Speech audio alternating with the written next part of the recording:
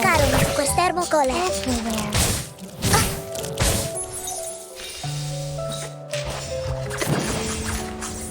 Se cercarono su quest'ermo cole. Stay low profile. I don't want to be shunted to some radical department.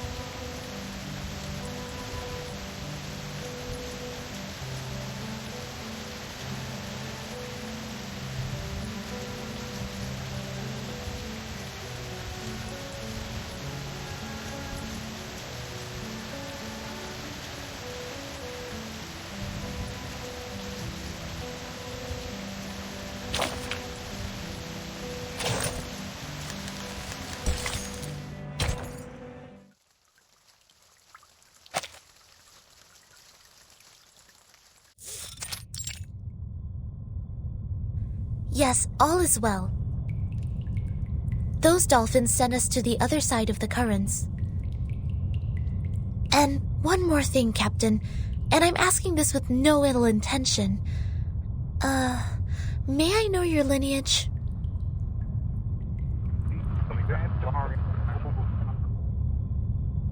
Thank you. I wish your next mission would be trouble-free too.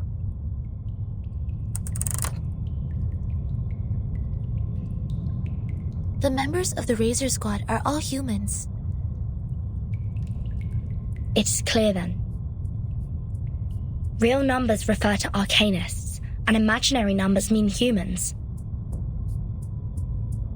Then what is the rest of this nonsense? Sonetto, Vertin, and this apple are integers. While Miss Lilia and I are fractions. Don't bother asking. I'm pure blood. This apple is also made of pure apple juice. I only consume 1.5 volt DC. So it's not determined by our lineage, or Regulus would have been an integer too.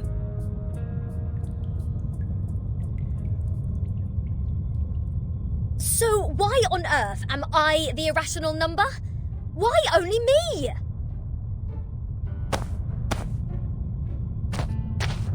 Unfair. I demand the ruling to be changed. Shut up. We grappled hard to get you on this island. So you have no choice but to stay in the worst guest room. Do you call this a guest room? A cell, more like?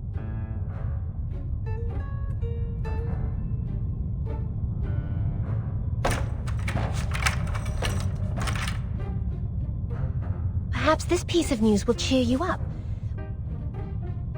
We are prisoners in the world, and our body is the cage of the soul. Oh, cut me a break. Might as well play us some rock music.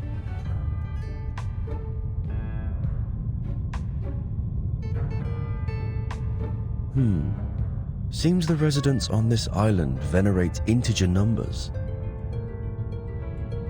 And irrational numbers, or the non-terminating, non-repeating decimals, cannot be represented as the ratio of two integers, hence they are discriminated.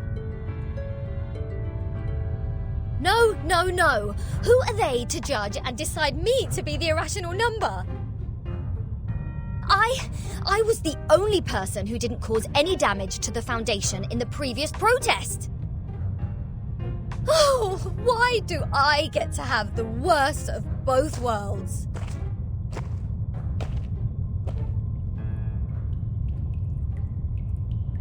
I've requested information from Ms. Moisson about Apiron, but it will take some time for the files to come in.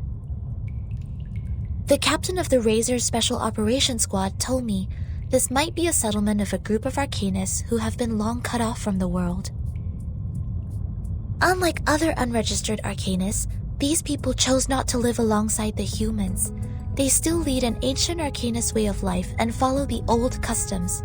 We must be meticulous when getting in touch with them. But they used modern mathematical terms. And that girl talked about Caprica. He was an Indian mathematician active in the first half of the 20th century. I think they are not living in complete isolation. They are still in contact with the outside world. This place wouldn't be affected by the storm, just like the Elitiao base, Foundation headquarters, and my suitcase. The travel notes in 1999, Manus Vindictae showing up in Elitiao's base. The storm, or emanation, they must be somehow connected. And we'll find our answer here, I think. Very energetic, Capitan. By the way, how come nobody is here to welcome us? They wouldn't suddenly decide to detain us all just because we have an irrational number here, right? I'm with you all the time.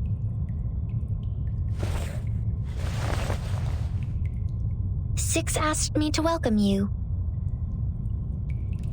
Oh, scared me again. What were you doing hiding in the corner? Because it seemed you were in the middle of proving a conjecture. According to the scripture, disturbing others when they are giving proof of their arguments is as sinful as eating beans. I don't want to be bound to the rocks of the Caucasus Mountain and have vultures eat my eyes after my death. Eating beans? Eating beans is the sin of sins. The biggest, worst, and ugliest crime. People eating beans will never transmigrate. They deserve nothing but eternal punishment. What? Are you serious? Is this rule only for soybeans? What about broad beans, snow peas, chickpeas? And what does it say about other bean-based products? Beans are beans. You're funny. This doesn't even make sense. By this logic, aren't the coffee drinkers going to rot in hell? I happen to have a box of coffee beans in my bag.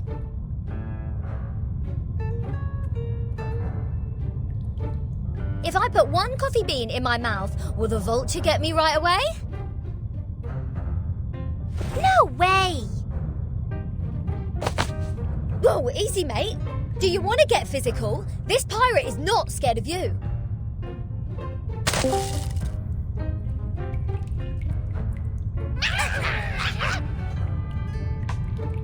That's not fair! The critters are coming to your aid!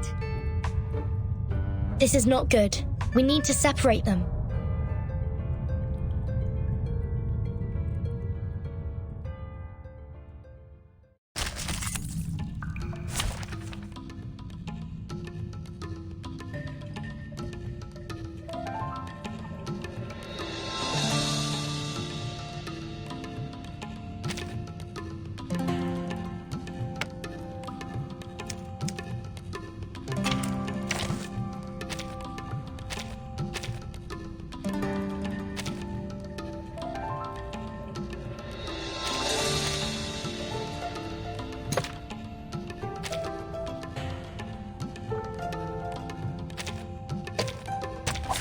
May the peace be with us.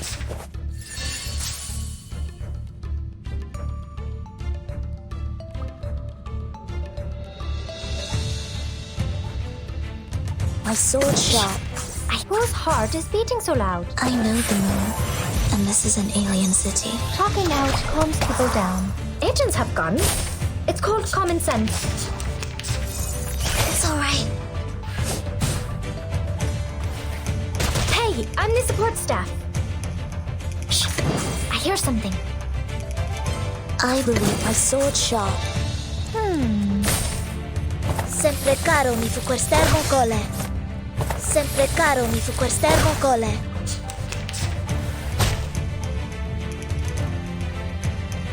I believe in you. Whose heart is beating so loud? So long lives this, and this gives power to thee. Agents have guns. It's called common sense. Hey! Don't be shy, mi amigo. Let's dance.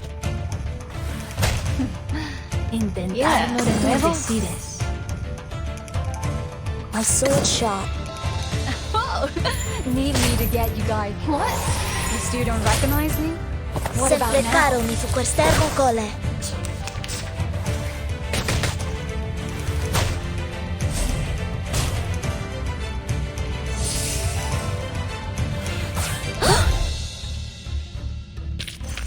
Which matters more, knowledge or strength?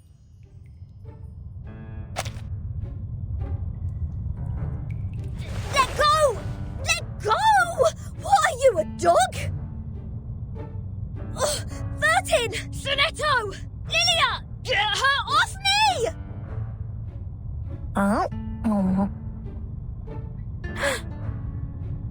What is going on here?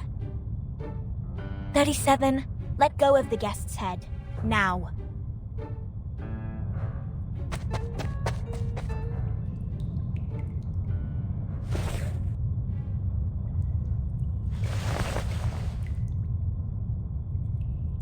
Sorry that I'm late. I'm Sophia, the corrector of Apiron. I will take over from here.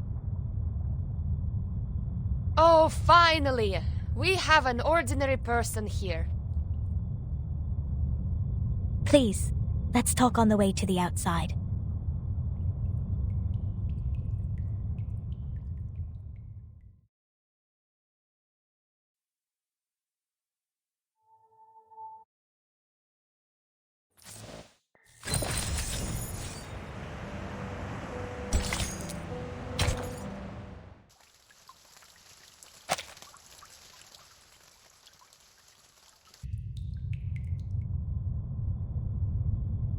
We believe everything can be translated into numbers.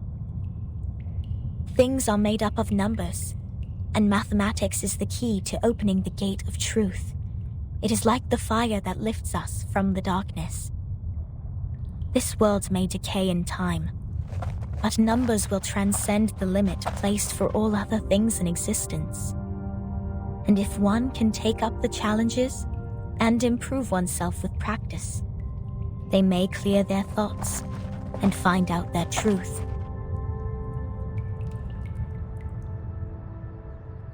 That is, to find out the number of their soul. Oh, this is more like a place for proper conversations. Broad, open, as vast as the high seas. Hold your horses, Miss Regulus. If you were to speak of consuming beans again, I will have no choice but to send you into the depths of the sea. Fine. I haven't done anything yet. Miss Sophia, could you please repeat all the taboos on the island? It was too dark in there. I didn't take them all down. Worry not, Miss Sonetto. I have them all recorded.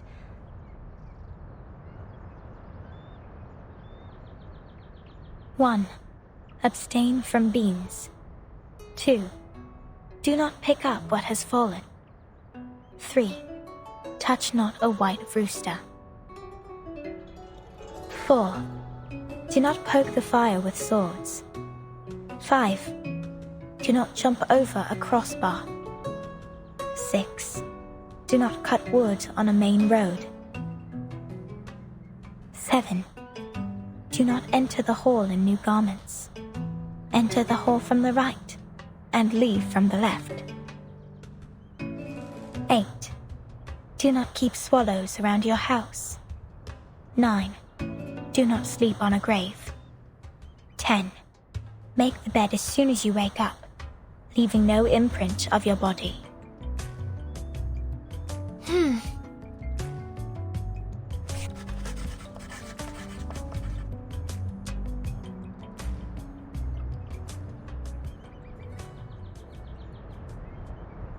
What strange obsessions are these?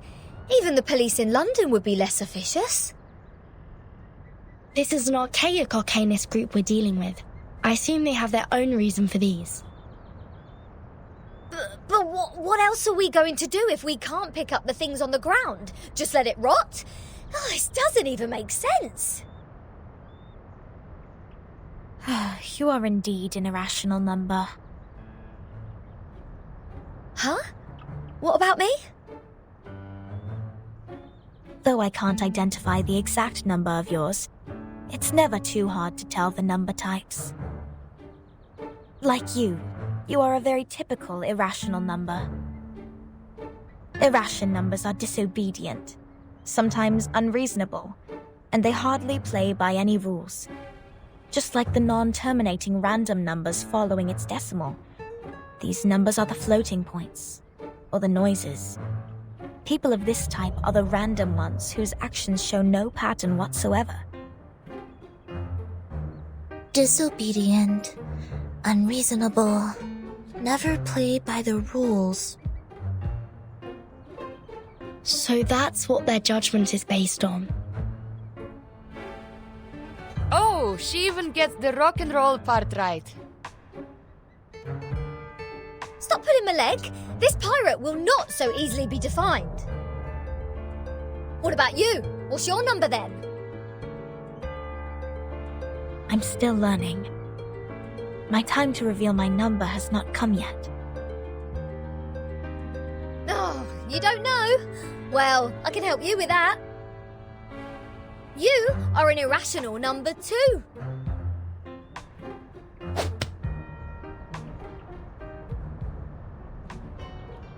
Ouch! What is this? A grape? Huh. A perfect parabola.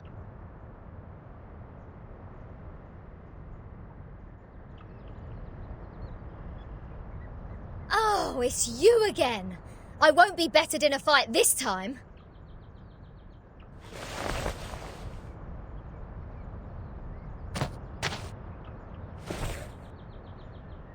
"37? Shouldn't you be off preparing for the doctrinal meeting?"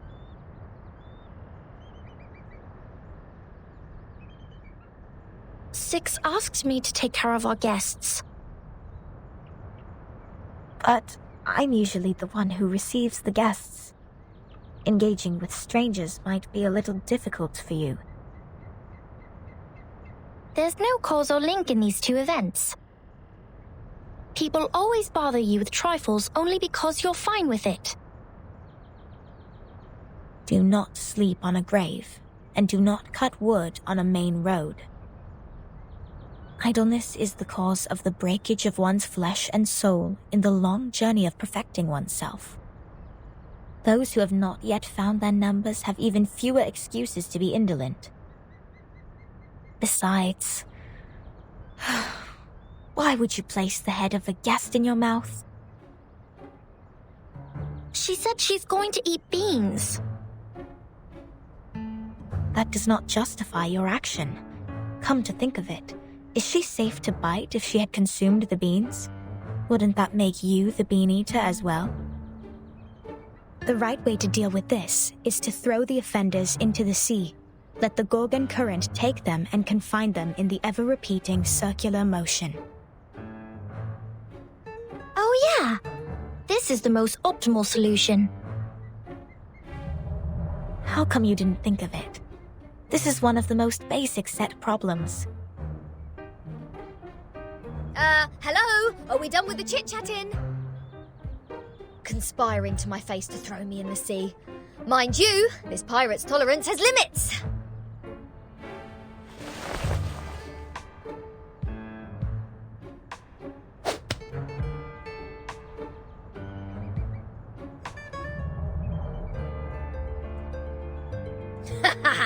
Right in the bullseye.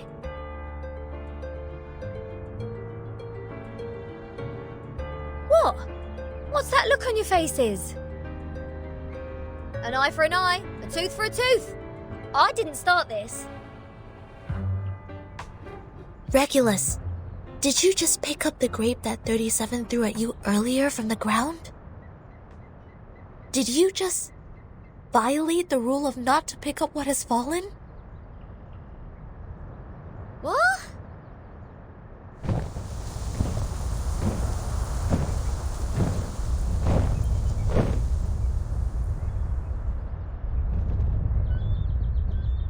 Get down!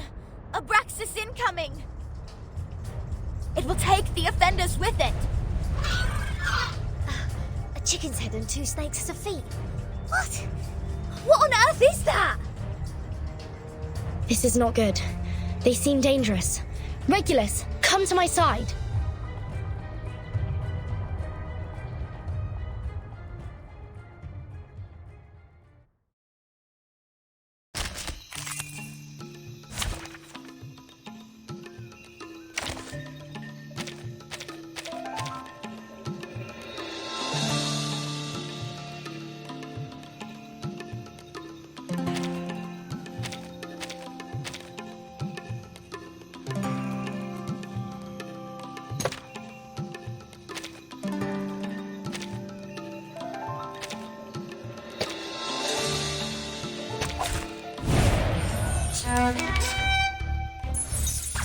Whose heart is beating so loud?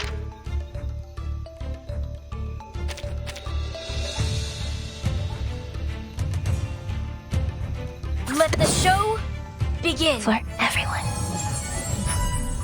Don't be so furious.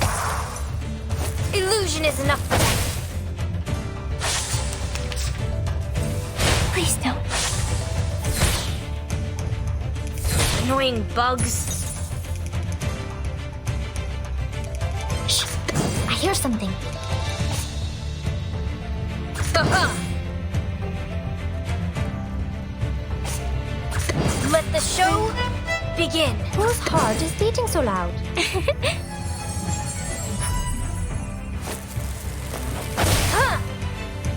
Radio waves are everywhere. Everywhere.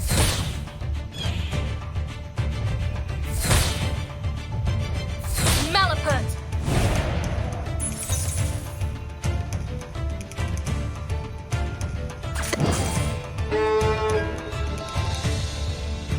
Haha! Let the show begin! For everyone. Ha! Ye provoked me!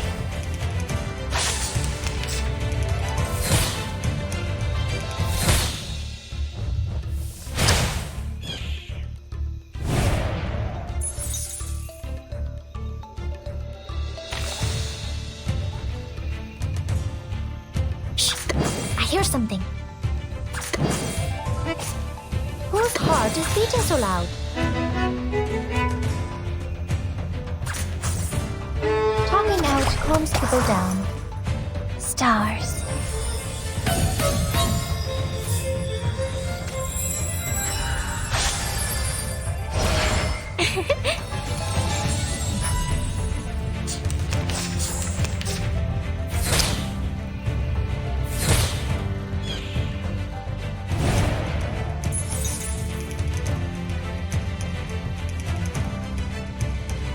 This shall be my only act! Haha! Let the show begin! Thy ending is destined!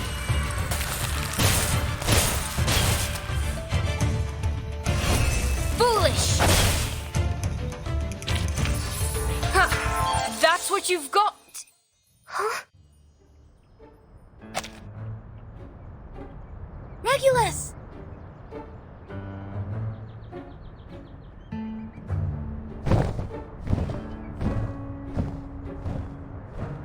Captain! I can't leave her alone. This apple shall follow her.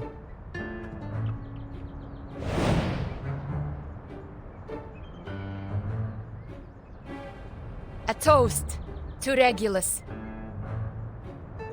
To her ever-fighting spirit of breaking away from jails, no matter how many times she has been put behind bars.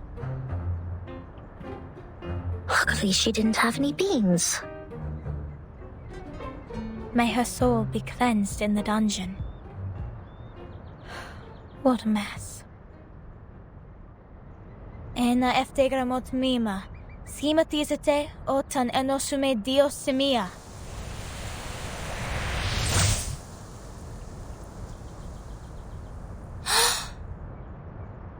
Timekeeper, did you see that? The arcane skills cast by the congregation on this island are very different from those we have seen. Mr. Apple is with Regulus. She won't be in danger for now. Let's follow Sophia.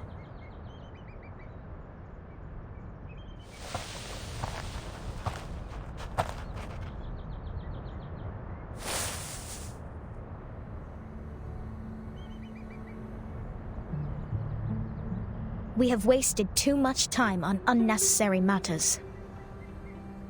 Miss Vertin, this is the place you've journeyed to visit. The Hall of Apiron. This is where we share our knowledge of Numa, which is also the storm you've been referring to.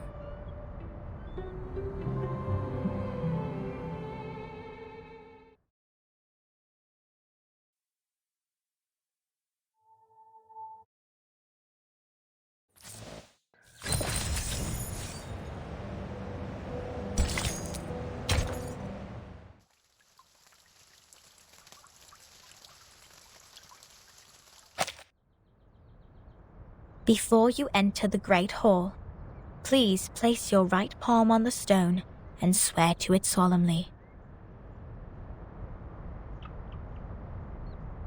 I wish to be baptized in the water of Gnosis and be rid of the long darkness of ignorance.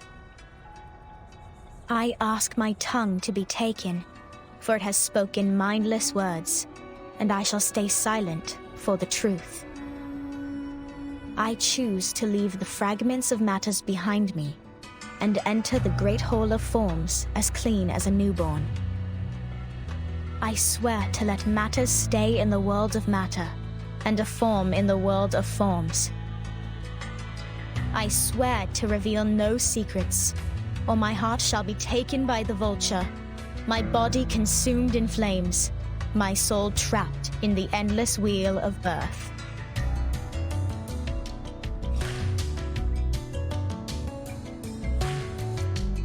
Now, knock 3 times on the stone. Put on these ceremonial dresses. That'd be all.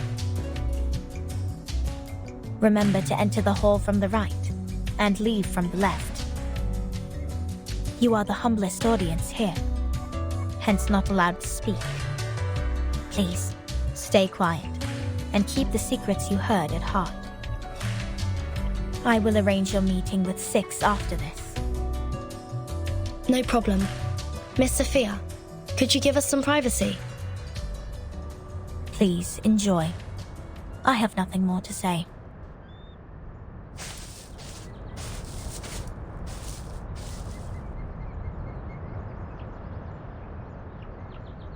Vertin, are we really going to do this? That oath we have to make to enter the hall sounds vicious. To stay quiet and keep the secrets. It's similar to the training we once received. I can go inside on behalf of Timekeeper. No, I'll come with you, Sonetto. But I can't sense any sign of arcane skill on this stone. The oath is more of a formality than a curse. The warning is lifted then? But when Sophia repaired the floor in front of us with her arcane skill, there's no fluctuation of arcane power either. I can't even sense the slightest signs. It's either a kind of arcane skills we're not able to detect, or the moment we stepped onto this island, we've been trapped in a tremendous ritual. That's to say, any arcanum used on this island is only a part of this giant flow. We don't know where this flow is leading us, We know nothing about it. It's too perilous, Timekeeper. I know, Sonetto. But as long as we obey their rules, we won't get into other trouble. The doctrine of the Aperon is to live in solitude and seek nothing but the truth. In fact, they've never been aggressive towards us. I think of this differently. Think, the pure-blood arcanist community, the unknown arcanum power, and the obsession with certain knowledge or identity. Sound familiar? Yet, we haven't spotted any traces of the Manus here. Manus Vindictae is like the rat living in the gutter. I don't think they will let go such a favorable chance. Which means we need to find out the truth. I believe in Timekeeper.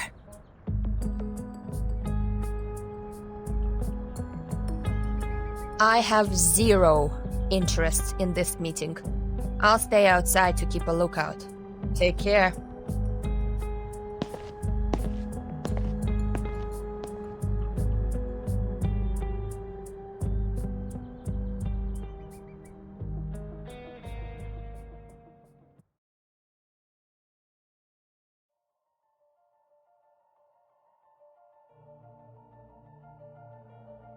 I wish to be baptized in the water of Gnosis and be rid of the long darkness of ignorance.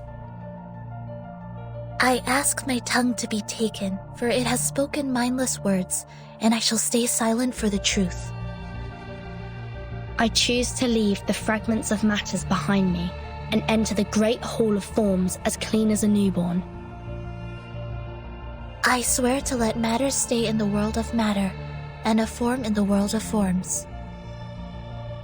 I swear to reveal no secrets. Or my heart shall be taken by the vulture, my body consumed in flames, my soul trapped in the endless wheel of birth.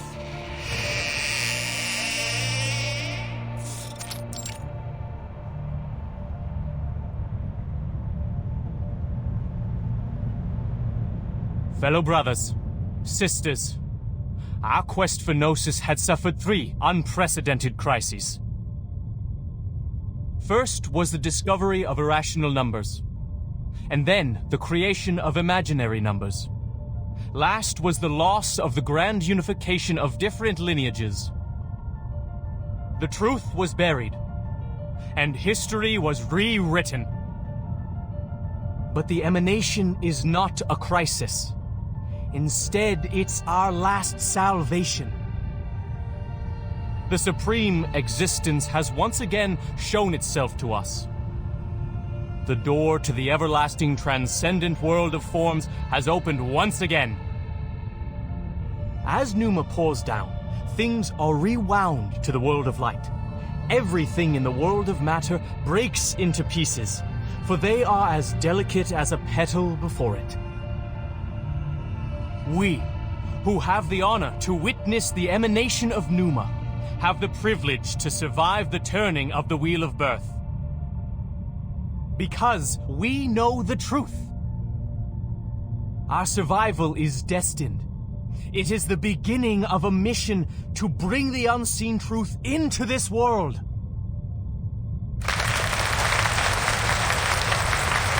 Thank you.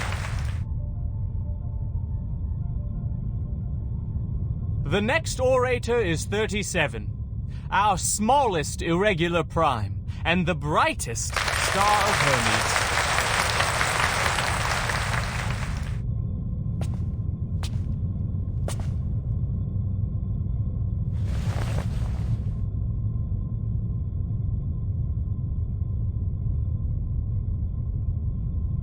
The emanation in 1929 only lasted for 2 days.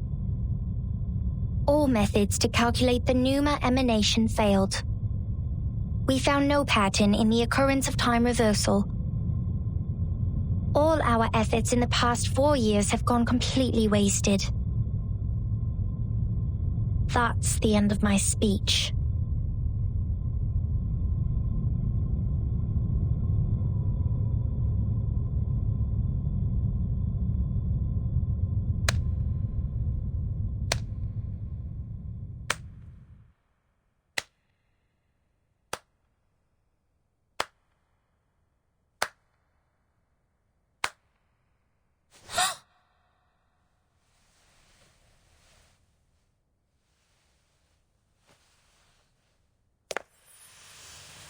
sereno, intenso ed infinito. Shh. Who did that? Who broke the silence?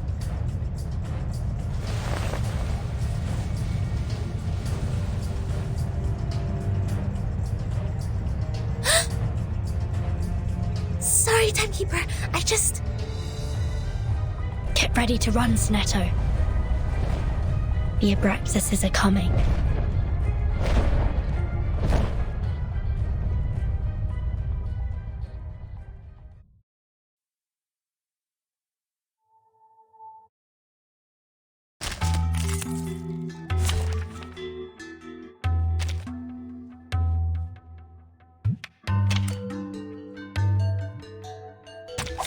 Did the show begin? Excellent. Get ready to step onto the stage.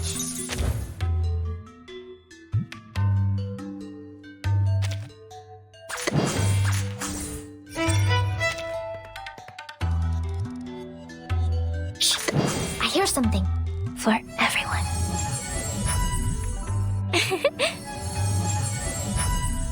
Talking out calms people down. Retreat! What? I can't make the call?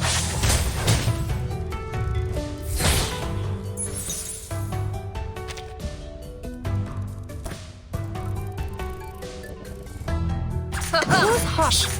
I hear something. Radio waves are everywhere.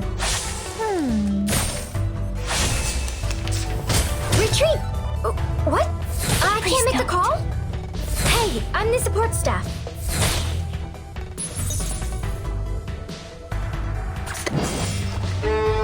Who's harsh? I hear something. Oh? Radio waves are everywhere. Everywhere.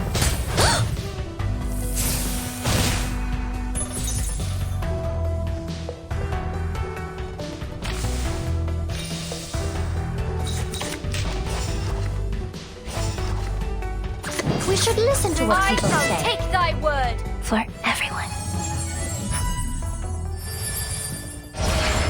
Secrets always hide in careless words. Listen carefully.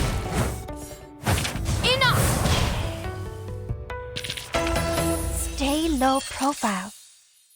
I don't want...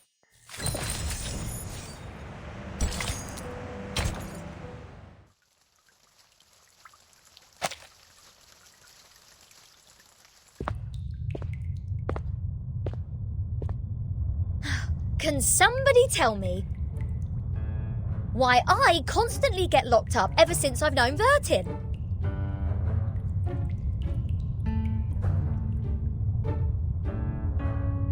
First locked up in a suitcase, then a Foundation cell, now this! Oh, what else could it be if Vertin weren't the jinx? Lads! I know what's going on! You got the wrong person! She is the most irrational number here!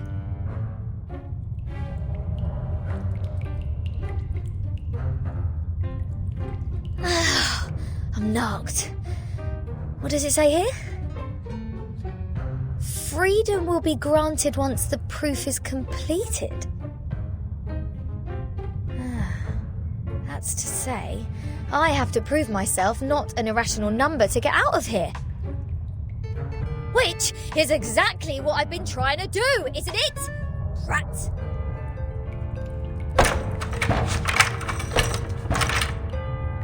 Ugh.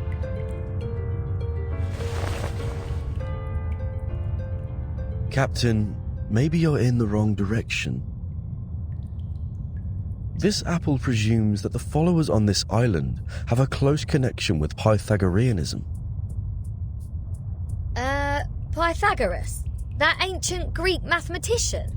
The guy who said something about the opposite side of a right triangle? Isn't he the guy who lives in sometime BC? Maths is only a part of the Pythagoreans' achievement, but from a more universal perspective, they are a mysterious group of scholars. Believing things are made up of numbers, venerating integer numbers, abstaining from beans, and the religious collective lifestyle. These are all pointing to Pythagoreanism. The earliest Pythagorean school perished because of the discovery of irrational numbers, which explains their odium of it. At that time, a deviant student named Hippasus discovered root 2, and the theories based on the ratio of integers they hold dear were upended. Hippasus himself was drowned in the sea. This apple assumes they see the integers as the standard of virtue, and people can increase the number they rank through study and self-improvement. Besides, they are convinced that a numerical code is hidden in everything and everyone. Whoever can solve the code can obtain the truth of the world. All right, now I know what's going on.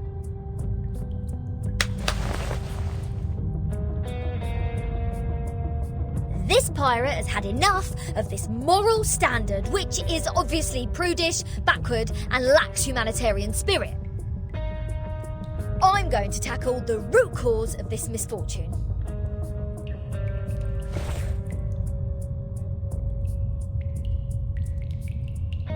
I'm breaking out! Why am I not surprised? The captain quickly gives the sufficient and prerequisite condition to prove herself an irrational number. This apple may be able to offer some help.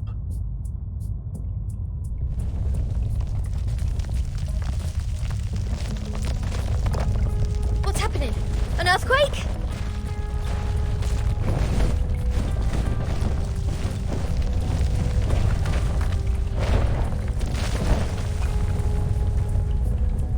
All Abraxases are flying in the same direction. Is this their habit, or... Ah! The roof is about to collapse!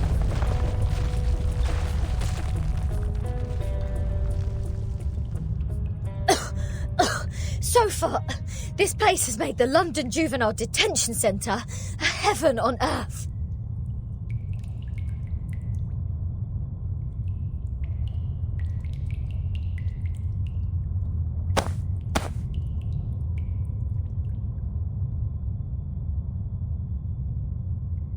Oh, is there a piece of paper? Did one of the Abraxases drop this? Strange.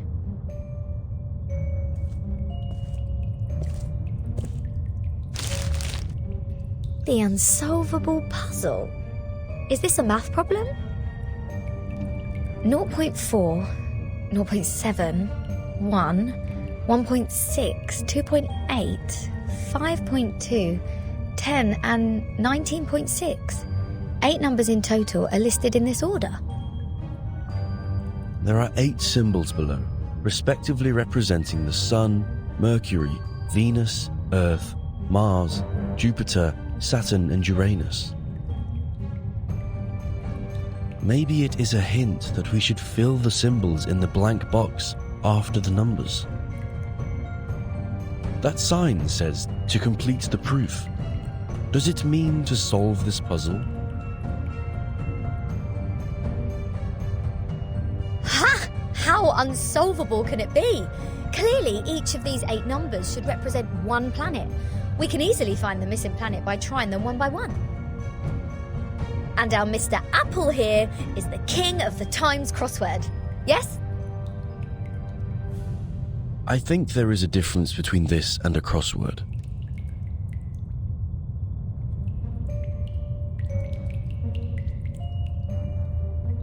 In this apple's humble opinion, the ratio of certain numbers should match this number sequence, such as the radius, volume, or rotation period.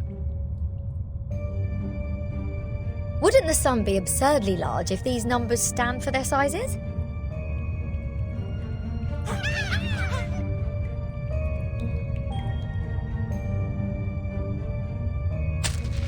Hey! The underground critters are back! Go away! Don't touch my note! It's not your food!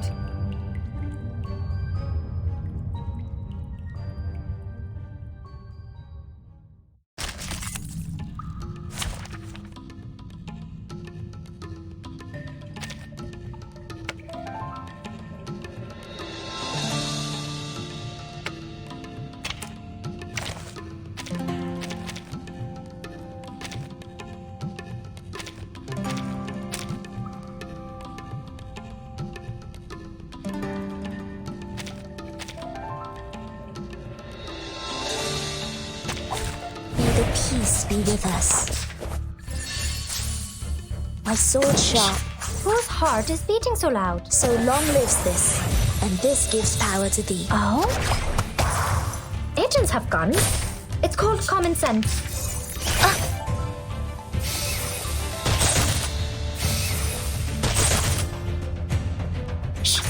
I hear something. Whose heart is beating so I loud? believe in you.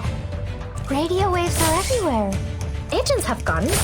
It's called common sense. Sempre caro mi su quest'ermo cole.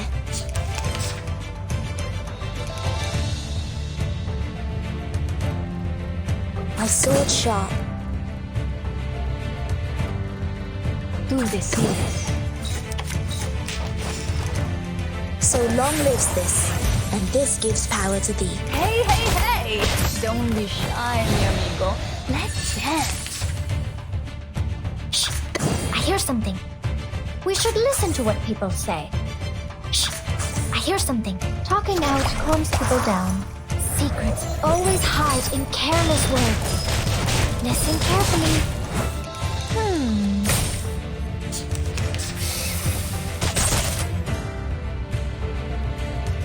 I believe in you.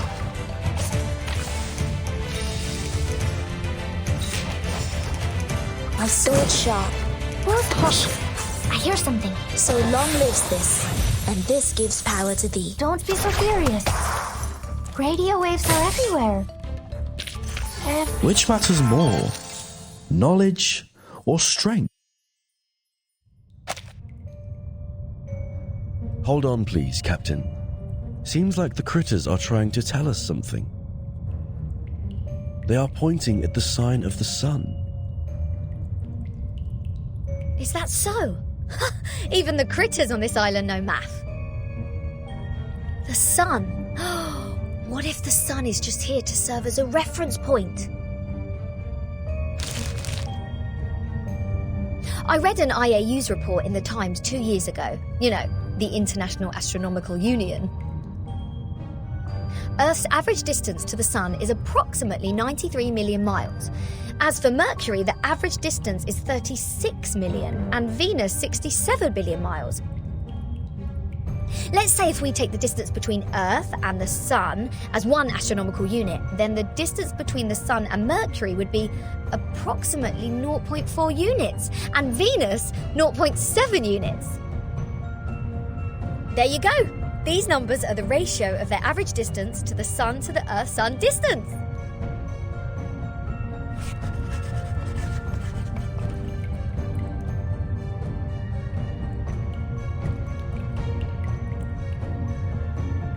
The average distance from Mars to the Sun is about 142 million miles. Jupiter about 484 million miles. Saturn 886 million miles, and Uranus 1.786 billion miles.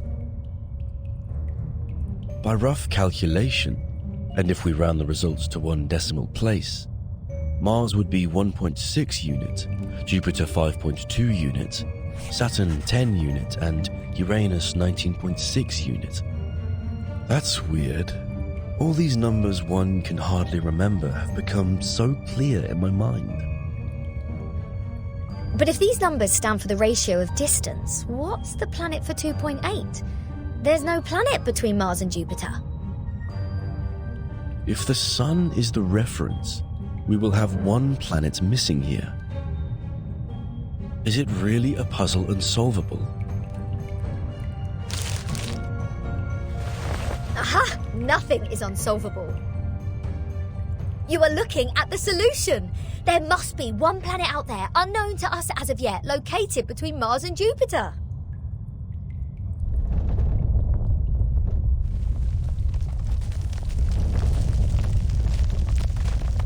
What now?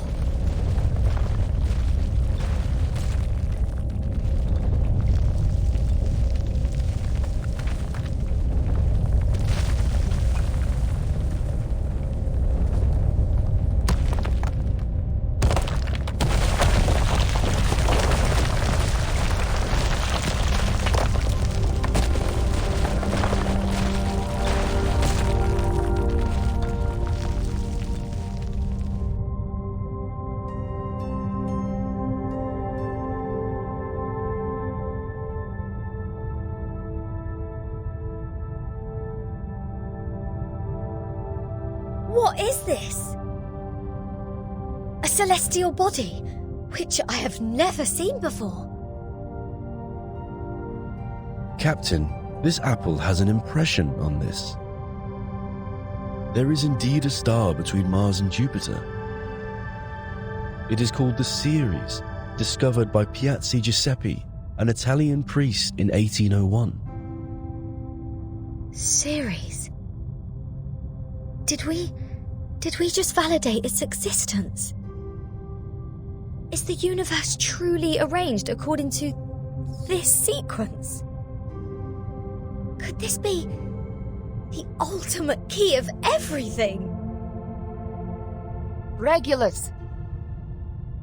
Regulus!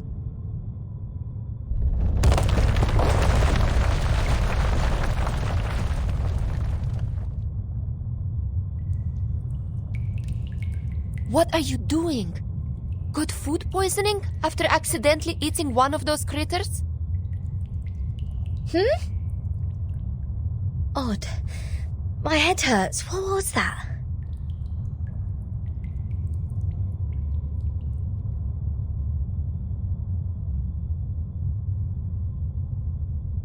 I'll make it short.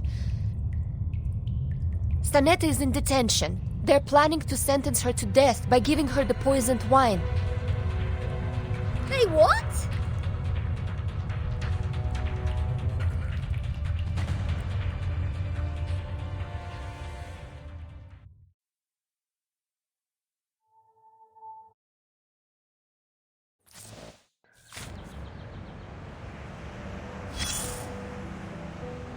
As you can see, this school on the island lives in a box made by the truth. Even if they have a donut in their hands when they are hungry, they still see a topological space. Like the cute ring attached to an initiation toy. It's not food anyways. But if you give them a puzzle, they will enjoy it like the best Kaiserschmarrn. Oh, my apologies. I was not talking about the one you are holding. No. With all due respect, that thing in your hand is pretty old. The mold on it seems to come from the 18th century, judging from the smell. I'm sure you know it will make you sick if eaten. But we have to admit, it is not just ordinary mold. It reminds us of the story in which, once, a merchant's son looked up at the night sky and found the answer to the stars for us.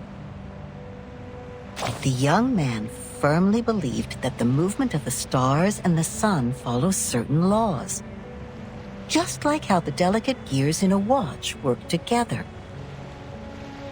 And his point was even proven correct by Zeus's grandfather, when another gentleman observed the sky through the reflecting telescope he took great pains to make. A celestial body was exactly there. What was it called? 19.6. The 8th number in the sequence, the 7th planet in the solar system, and the legendary God of the Sky. If the world was not created by God, are there any theories we can use to explain such a beautiful law? Yes, the one that says it never actually exists. Anyone can see the breach in this number sequence. That is the planet, which is supposed to be the 5th number in the sequence. I mean, how come we have never seen it before, if it does exist? Either God is wrong, or we've been blind all this time. What do you think? Oh, darling, I forgot that you are one of the boring people from the modern times. You need to understand that we are talking about a forgotten masterpiece from the 18th century.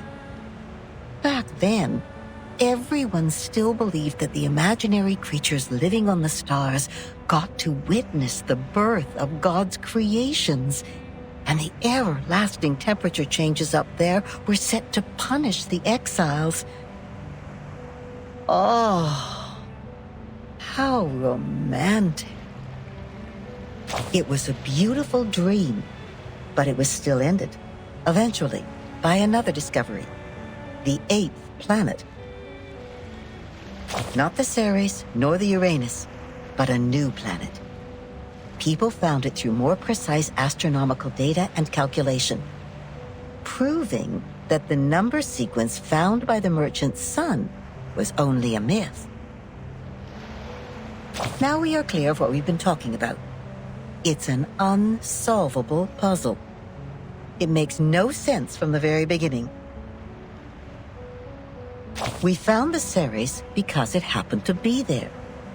It is real, and no one can deny its existence. In other words, we can perfectly prove the rationality of mathematics because we invented it. It's been a good dream, I suppose.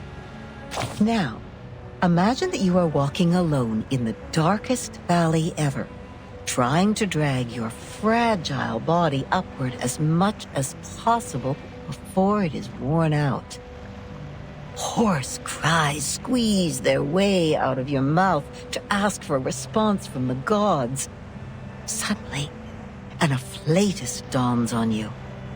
The next moment, a miracle happens.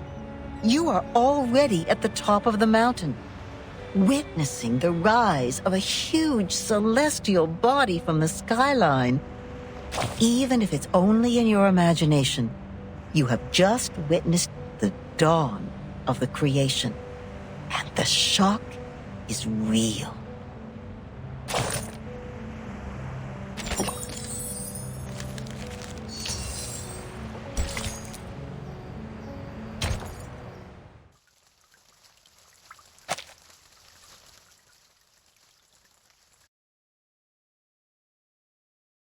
An old admonition is engraved here.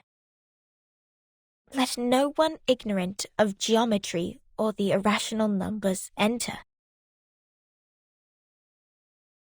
37 told me you are the integers. She's the genius kissed by the god of truth.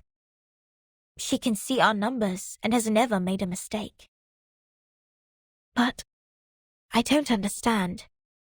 Why would you break the silence at the meeting?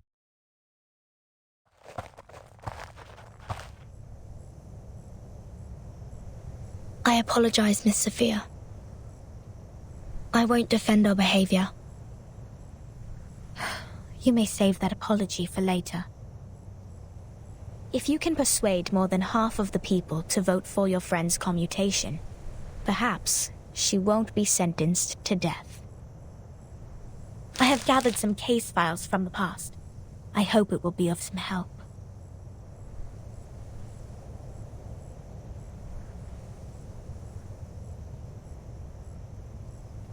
These files are... But won't you be in trouble for helping us? I have my own reasons.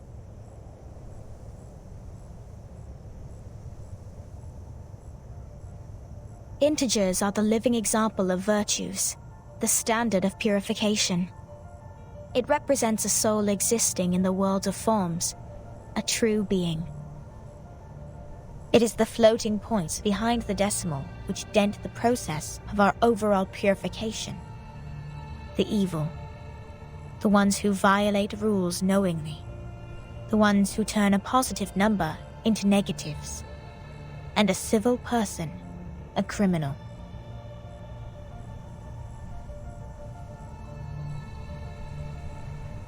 If integers like you would lose your life over some unintentional mistakes, wouldn't it be a great shame? Besides, I can't stand the idea of you being killed in front of me. Not rigorous.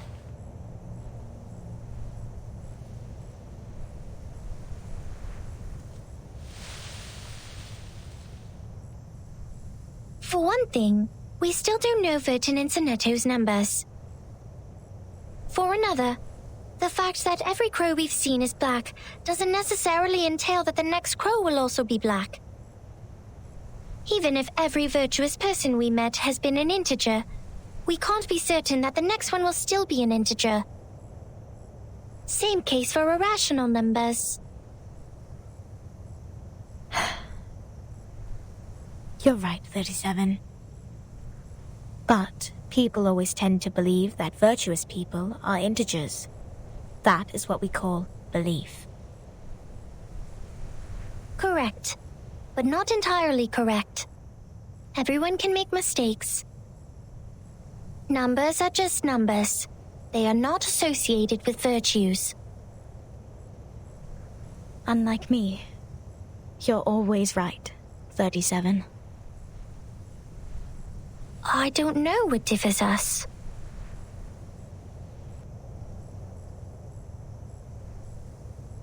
Will you be at the assembly? Yes.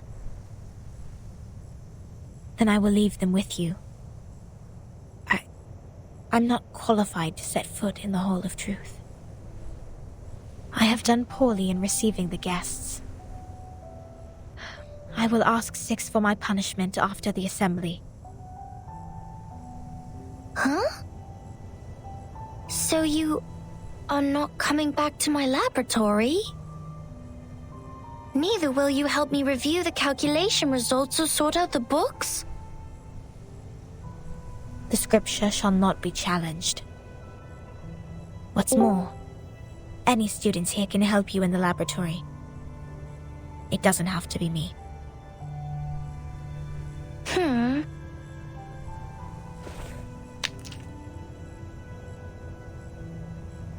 Had I known, I would have let someone else welcome Vertin and her friends. Like 210. He loves to brag to young ladies so much that he would take the punishment willingly, right? You were that someone else who was assigned to receive them in the first place. If I hadn't stopped you in time, how much longer would Regulus's head have stayed in your mouth? Not to mention what happened last time, and the time before that. But the fact that I have messed up all the receptions before doesn't mean I may excel in the next one. The chances of messing up the first reception and the 100th reception are the same. Whatever you say, you little sophist.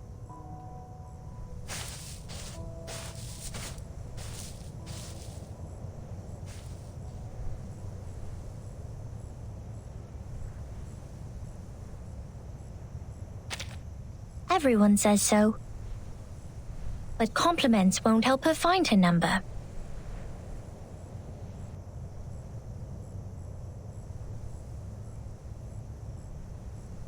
So, Vertin, are you ready for the debate? Does that mean you will help us? Of course. I don't want to miss the chance. What chance? The chance to see your numbers. There's no greater knowledge than the knowledge of oneself, and there's no more exciting truth than the truth of oneself. I can quickly tell which types of numbers you are, but it requires proof to know the exact number of your soul. I want to know the answer before you see your own numbers. So it's 37 who proves it, not Vertin. I'd be glad to give this chance to you. That's boring. Let's go, Vertin. The assembly's about to start.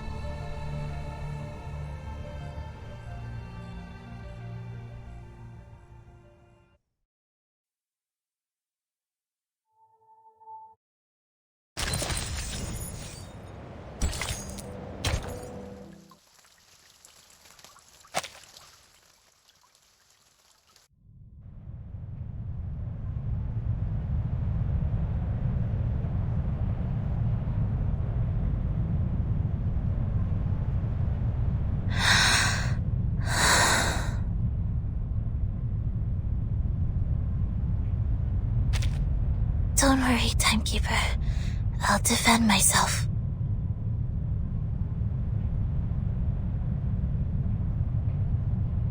Back in the Foundation, I once won a public debate of a similar nature. This is my duty. I won't let it get in the way of the team's investigation. Sonetto.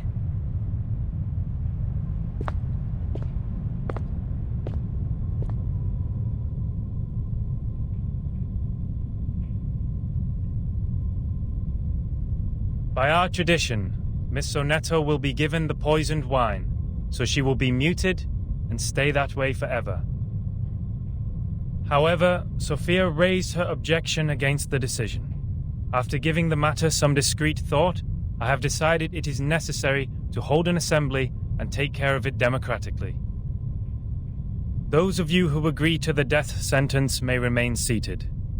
Those of you who wish to commute Miss Sonetto's punishment, please put your pebble into the pot in the middle of the hall. Now, Miss Sonetto, Miss Vertin, you may defend yourselves. Until the sand in this hourglass falls to the bottom.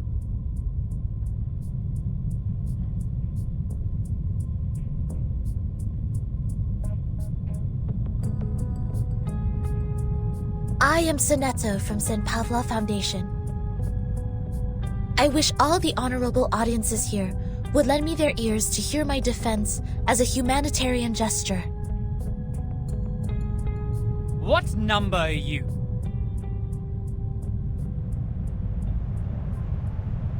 Defendant, the court requires an answer. What is your number? What? Me? No, I don't have a number. Don't waste our time. People without a number cannot stand in the Hall of Truth. All her words are void. Sentence her to death now!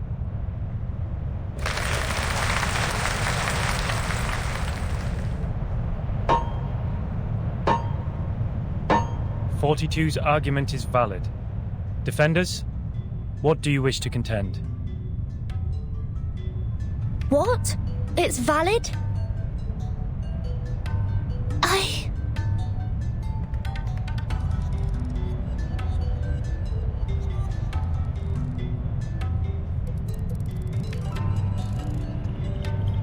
Objection!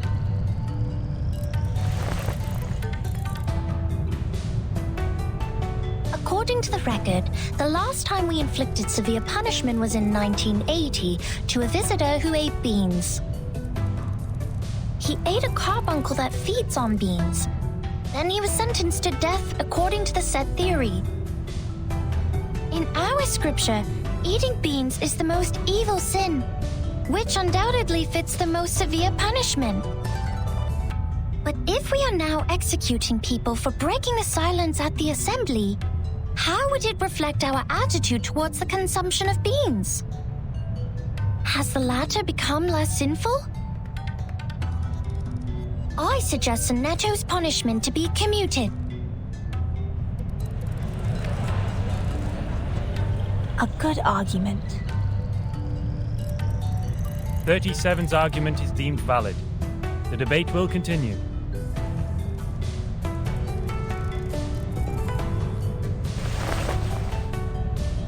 Objection.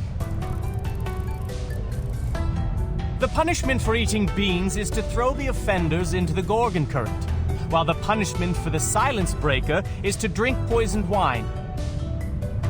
Among all the punishments we have, there's no other punishment more dreadful than being thrown into the Gorgon current. Because eternity and infinity are the two things we have the least knowledge of, which makes them the most ghastly punishments among all. Giving her the poisoned wine doesn't make the consumption of beans less sinful. Her argument is invalid.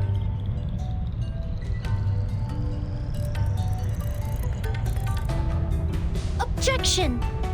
Both of the crimes would fall into the same category if we are taking the punishment as a frame of reference, which is death. Objection. The two crimes in question are not commensurable, which makes your comparison invalid.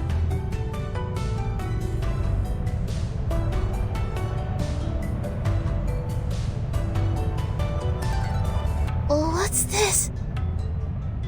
I'm completely lost in this irrational debate. I see. So that's how it works. Timekeeper?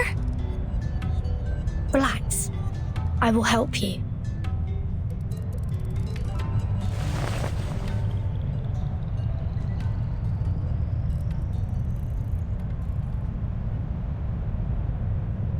I object.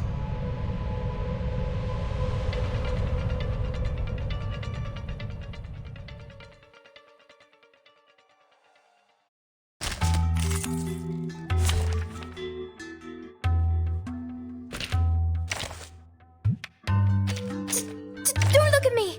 I'm not the one you saw on the Don't look at me! I'm not the one you saw on the wanted list!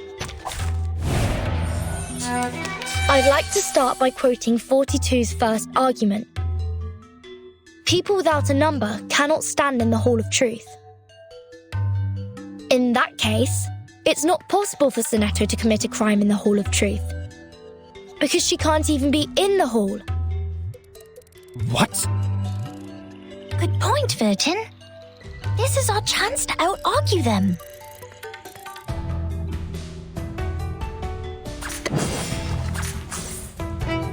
For everyone.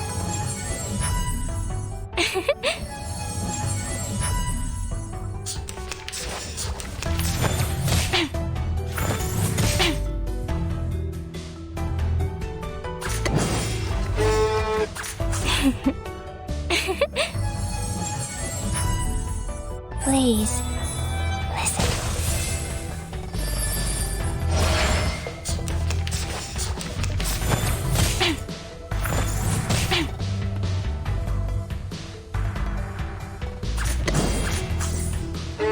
For everyone. For everyone.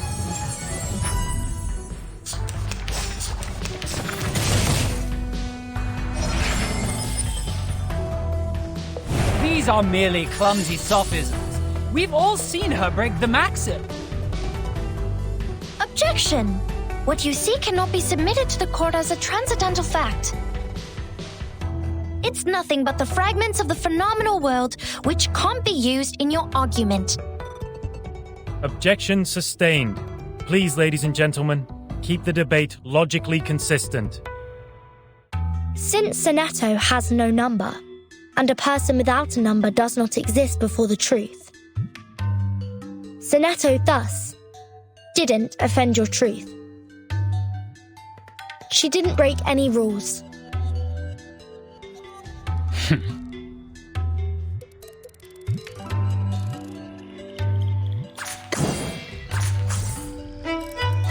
Stars.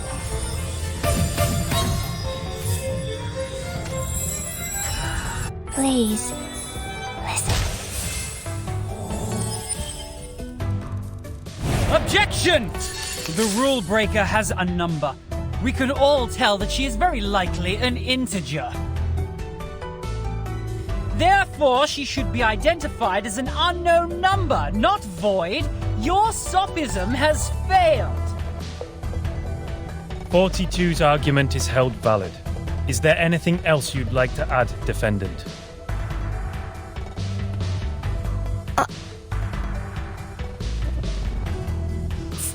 Tell you a secret, Virgin? We would call criminals negative numbers. I got it!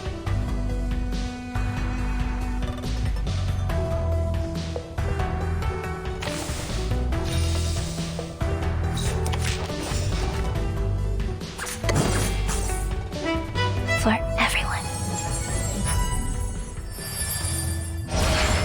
For everyone.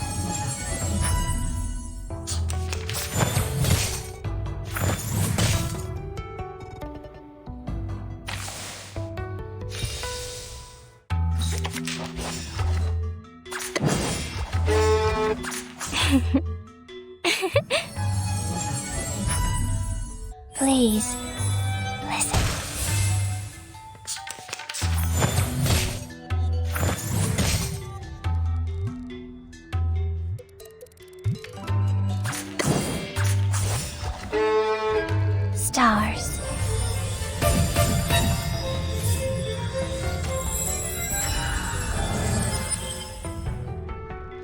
it is easy to prove Sonetto's innocence.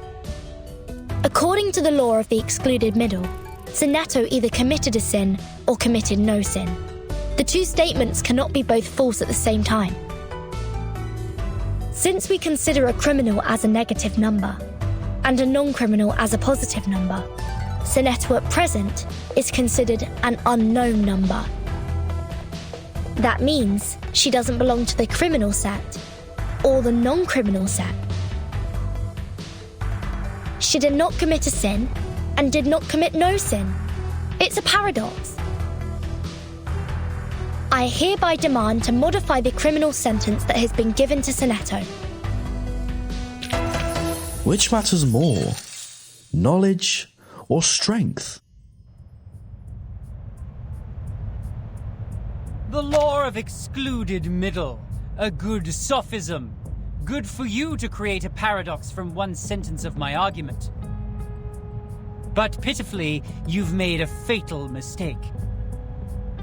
You've taken my argument as the basis of your defense. I said people without a number should be expelled from the Hall of Truth. You don't have a number either, Miss Outsider.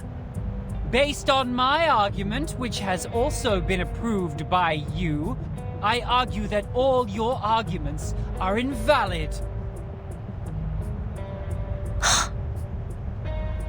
There's no time left.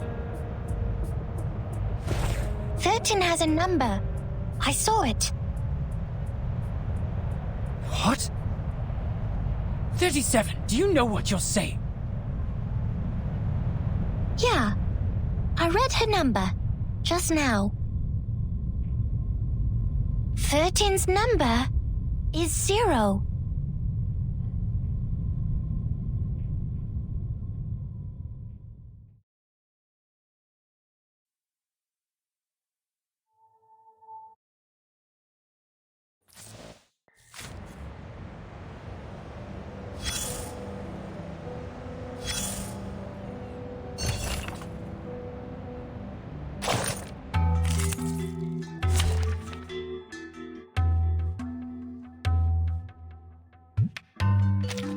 Who ate beans?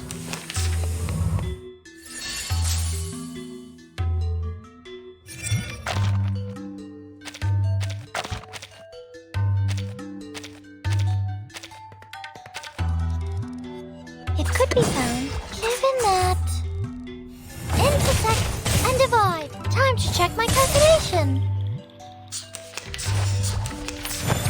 Rational, but troublesome. It could be found given that intersect and divide.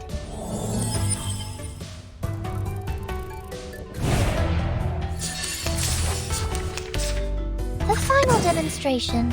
It could be found. Welcome to the world of numbers.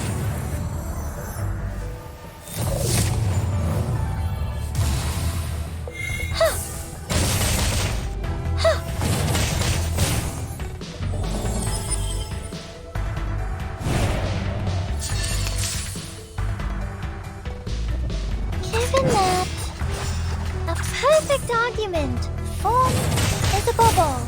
Time to check my calculation.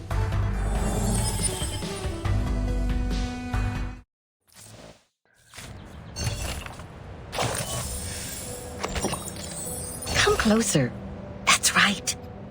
Take a few more steps and immerse yourself in the shadow, including that hat. You don't want those good ears to hear this private conversation. That pad of paper from the miss? Yes, the one wielding the ruler is quite valuable. I can tell it is of a certain age and records quite a lot of anecdotes. One visitor to the island took out a baguette from his luggage. To share it with others, he made an attempt to parcel it off. Another visitor fell to the ground and happened to sit on a quart measure and break it. You can learn the punishments for them from the paper. The former was thrown into the sea, while the latter into the further sea. Only God knows how this wine-dark sea holds so many visitors. debate. That's really a pain in the neck for that logical, pragmatic assistant of yours, isn't it? People always tend to mark what they can't figure out as arcanists' doings, as if things would make sense once they do so. But it won't change the fact that the debate is only a game involving sophistry, improvisation, and straw man fallacy. So what makes it superior to beans, if the form is what they are really after? Anyways, whoever fools the others first will win the game. No arcanum at all. And that argument of hers is the best attraction for the audience. A special number. A 0. You are neither positive nor negative, which means you don't belong to either side. Now, imagine one side as an orderly line and the other as those wandering around. The wanderers can smell the abnormality in you, and of course, no one in that line sees you as one of them. In a restaurant, fruits are served without the seeds, but in a farm, the seeds are retained for the next harvest. Is there any value in the seeds? It depends on what you see when you look at them. The moment you realize that, you have come to the crossroad of fate. Now, back to the number we just talked about. Oh my! It's the prediction of your whole life. Can you believe that? You owe that spirited little genius a thank you. By the way, what do you see in her number? Yes, of course. 37 is larger than 0. But it's not so stable as 0. These prime numbers, they are just hard to divide because they have very few things in common with others. That's why she's always so energetic, highly and solely focused on what she takes an interest in. She has nothing like the characteristics of the ones you know in the Gray and White House. Those people are proud of themselves for having kind-hearted factors around them. As their teaching goes, it's always dangerous to be unique. But some look up at her again and again, exactly because they can sense the danger in her. You are also a good example. You've been looking up, haven't you?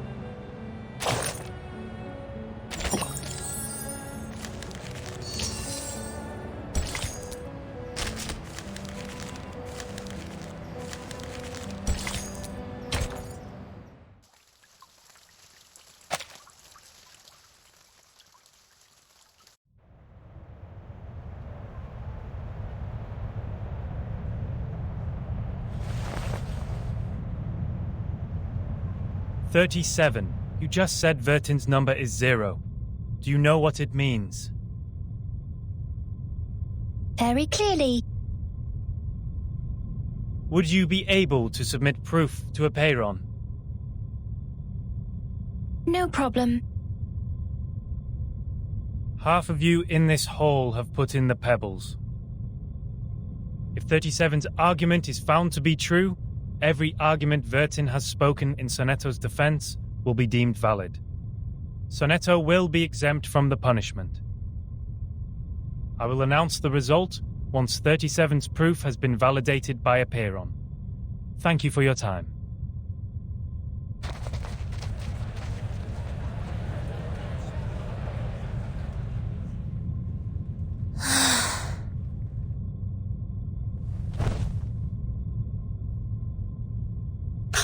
Sonetto! Timekeeper, I'm so sorry. I tried my best, but still I couldn't understand the debate. I failed again.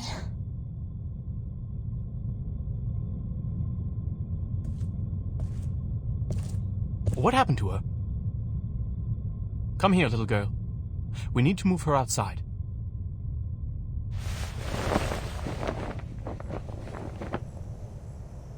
Lie her down on the ground and wipe her palm and feet with dew and peppermint oil. That would be okay.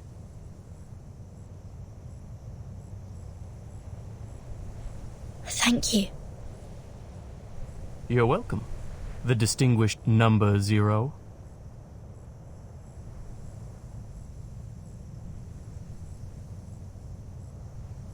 I'm kidding. I'm 210. Well, instead of the number, I prefer people call me the rhetorician. I've heard your preachment. Pretty demagogic. That's how logic works. With logic, I can prove that you'd cease to exist in the next moment, or that there are no other people in this world except me.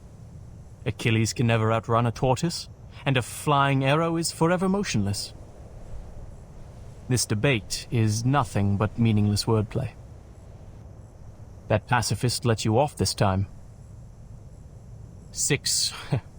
A perfect number indeed. For he knows the benefit of reconciliation. Who wants to have blood on their hands and be devoured by the cycle of hatred? Yet it's a torture for any intelligent mind to hear such an immature debate. Can you feel the suffering of our leader now? I'm sorry. No apology needed, Miss Outsider.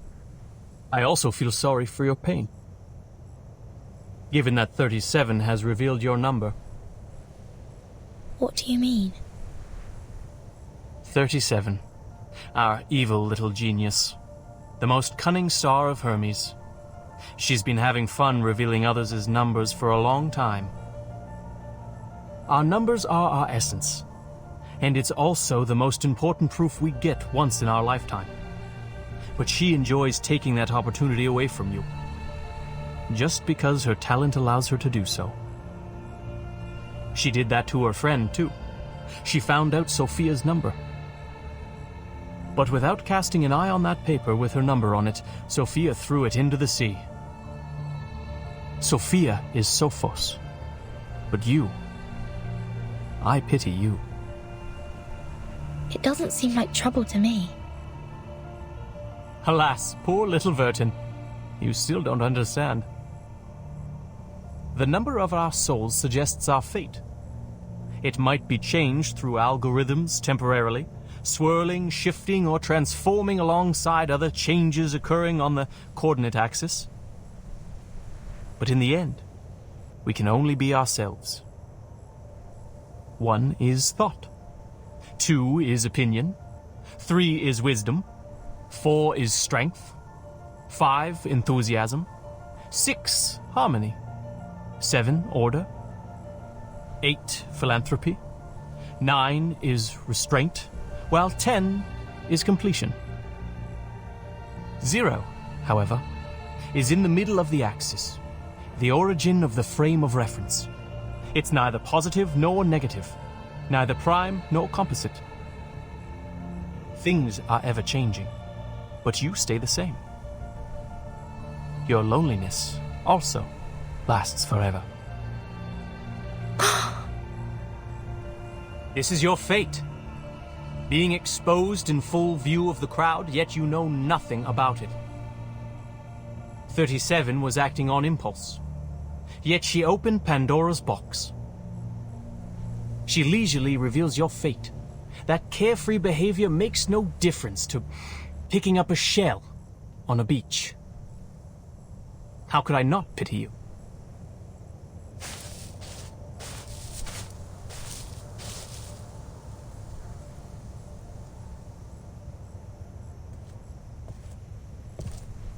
Miss Vertin.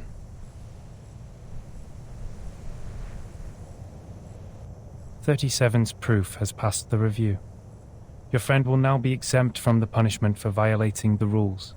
However, she has to take some catch-up lessons on the scripture. Please, meet me at the hall tomorrow at noon. I would have words with you."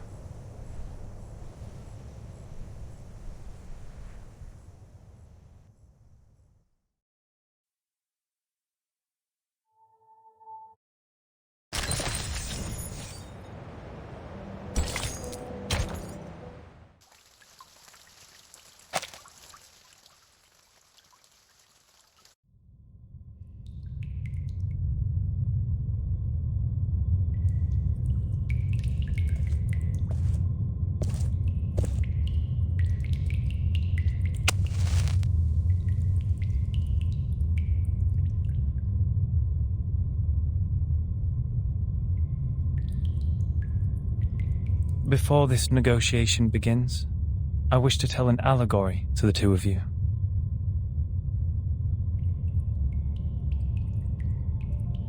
A group of people were imprisoned in a cave. Behind them, there was a fire. Before them was a tall, solid wall. Their legs and necks were chained and fixed, so they were constrained to look nowhere but to gaze at the wall in front of them. When they dropped their eyes, they saw their own body. When they looked up, the flickering light of the fire fell over them, and they only saw the shadows of what was passing behind them. No one had lived one day outside the cave. The shadows cast on the wall all there was to be perceived as reality. They had no knowledge of the real world. One day, one of them escaped from the cave, walked into the light, and saw the true world with his own eyes for the first time. Everything he saw or felt in the cave was nothing more than a mere shadow of the object's true form.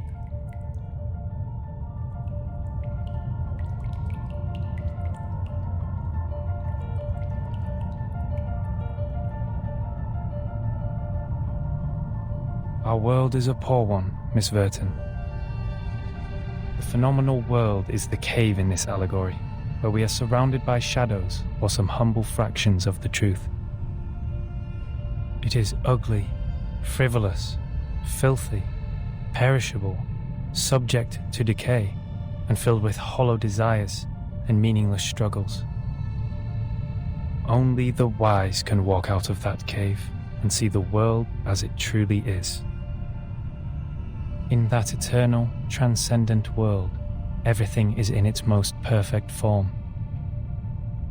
I pray that you, Miss Verton, the representative of St. Pavlov Foundation, and you, Miss Arcana, her counterpart of Manus Vindicte, would pay heed to my words. Everything you've been fighting each other for means no more than some fragments of phenomena to us. There's only one thing worth doing. That is, to seek higher wisdom, develop one's virtue, and achieve greatness in life. We have never set foot on the soil dampened by the storm, nor have we ever been involved in the disputes brought by the torrents of time. I beg you, do not take your conflict in the phenomenal world into the realm of truth. For certain. It was never my intention to sully the sanctuary of truth. Then, to prevent a situation like this from happening again, I would like to ask you two to carve your names on these 2 stone bangles and drip a drop of your blood on each of them. Once the bracelet is put on, no one will be able to remove it. From now on, as long as you're on this island, none of your people will draw blood from one another, or the bangle shall draw all the blood from you. The peace agreement is so decided.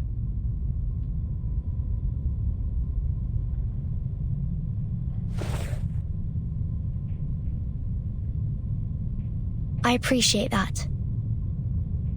I'll sign it.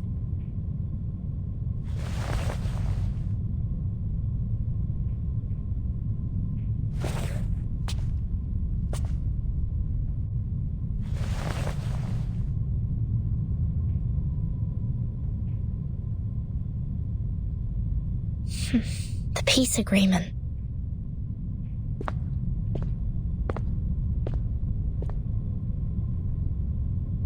Lady Verton, we meet again. I wish the best to thy friend. She's doing well, thanks to you. You're most welcome. Thou shalt quench, for times hath changed. I would not wish to shed even a drop of Arcanist's blood in vain. But Schneider should be the victim of a merciless bullet?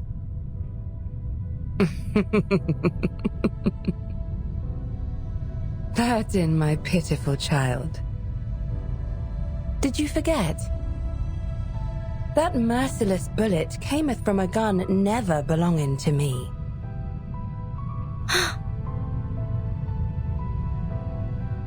What's Manus Vindicte's purpose to be here? Hearken the archaic wisdom. Just as thou doest.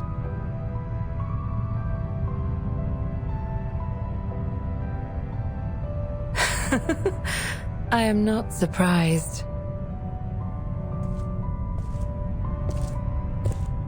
I adore thy visage, Lady Verton, emotionless in the storm.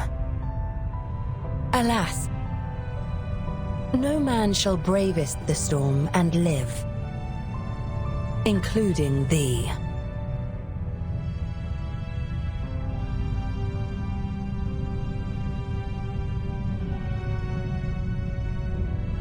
A wooden box in the Elitiao's base has my name on it. Was that your doing? Sadly, it wasn't. I hope thee findeth the answer satisfactory.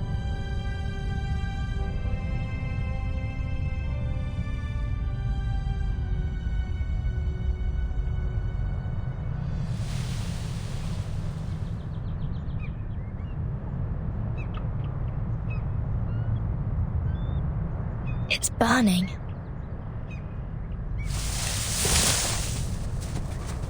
Is that Miss Arcana? Miss Arcana, please, don't go! Save us! And save all!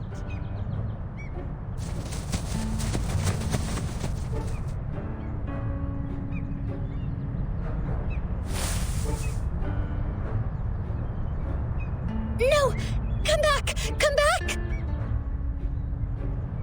You ignorant foreigners! I just started introducing vectors and matrices, and that's the most interesting part! Verton! Great! You always show up at the right time and right place! Stop the masked people! Whatever it takes!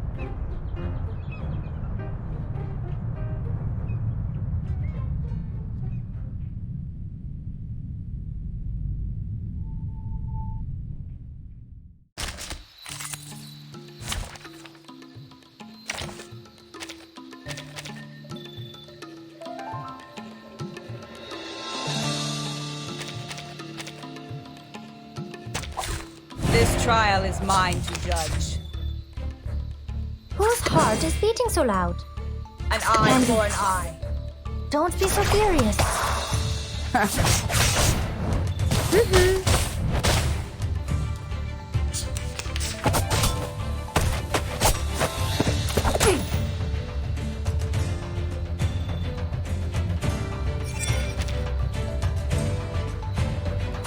A tooth for a tooth. I hear some plant eggs.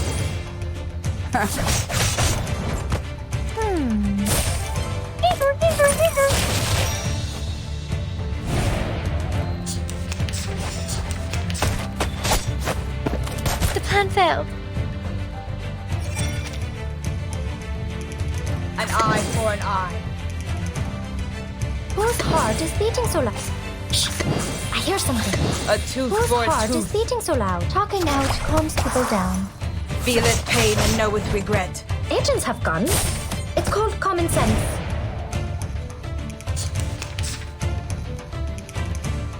Off thou go.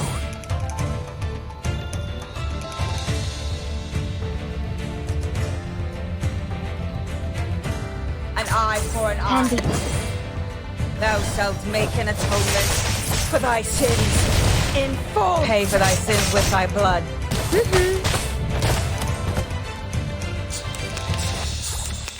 Resistance is futile.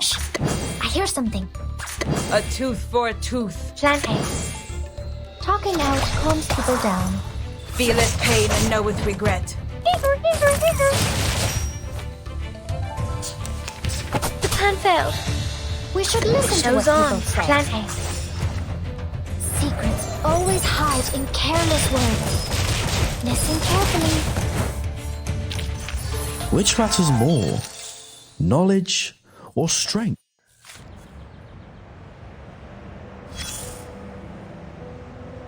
Oh, look at you, climbing out of the cave in the allegory, all dusty and dirty like a little savage.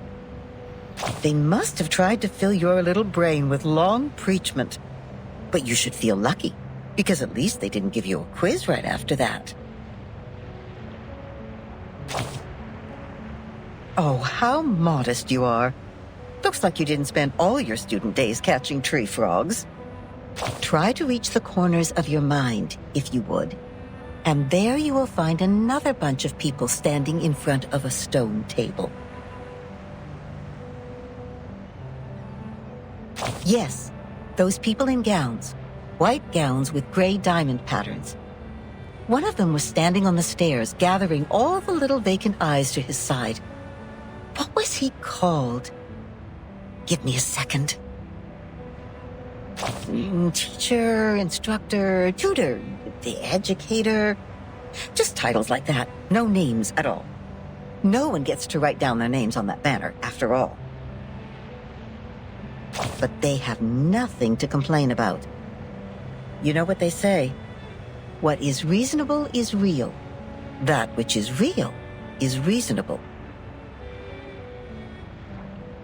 They showed you a broad avenue in their teachings where you could enjoy a sense of security with all the solid ground, convenient automobiles, and warm sunshine.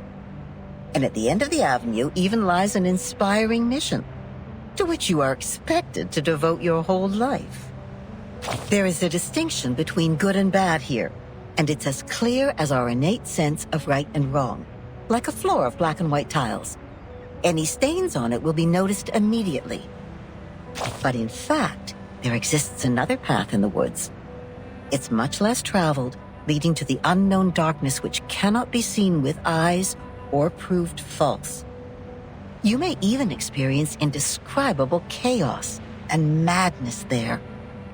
This path, however, has an excellent view, and it's one of a kind. The plants are thriving with bursting energy, and the flowers are blooming in a delightful atmosphere. So, which will you take?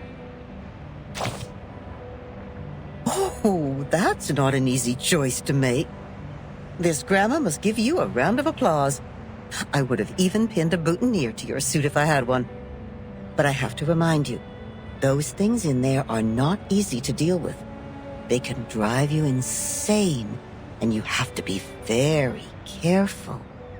You've seen the living proof. Many were freaked out after they came back, and people had to tie and lock them up. Others even dug their own graves. Oh, my.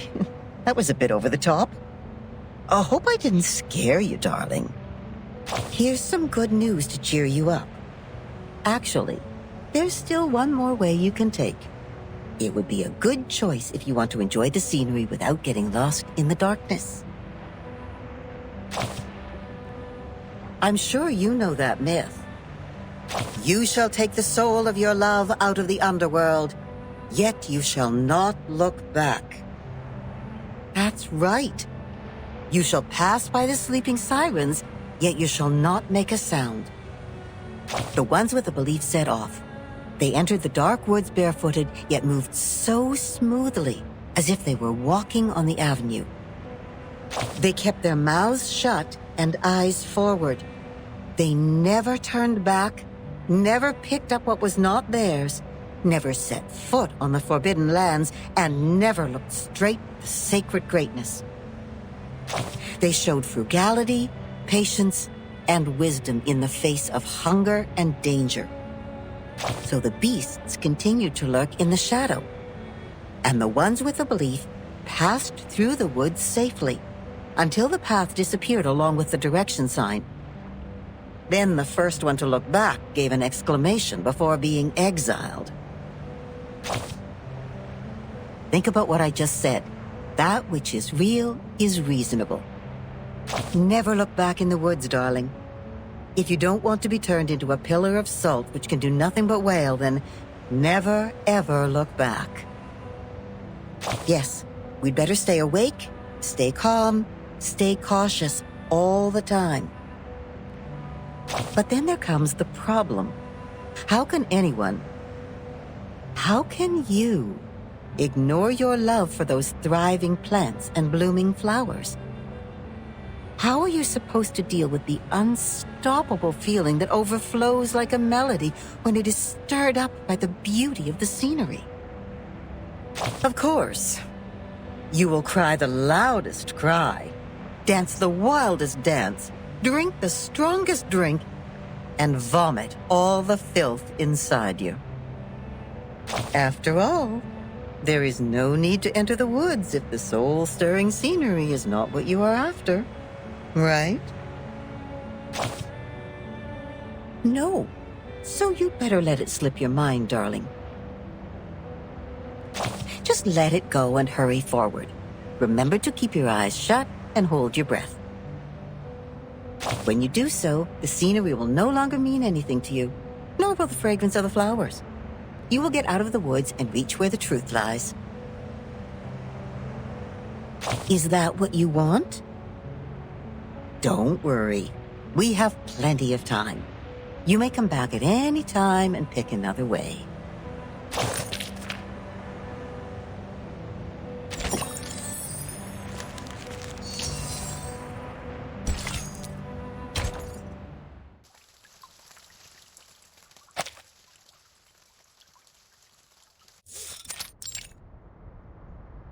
Congratulations, Miss Sonetto. You are the fastest learner of our doctrine among all the visitors in the past half-century. On behalf of all orators, I award you this laurel wreath. No, I wouldn't have achieved this without your guidance. Those mathematics statements are really inspiring. I've learned a lot. But there's still something confusing me, such as Pythagoras and his golden thigh, his memory of the previous lifetimes as the son of Hermes, and the transmigration for every 216 years. Could you please tell me more about these?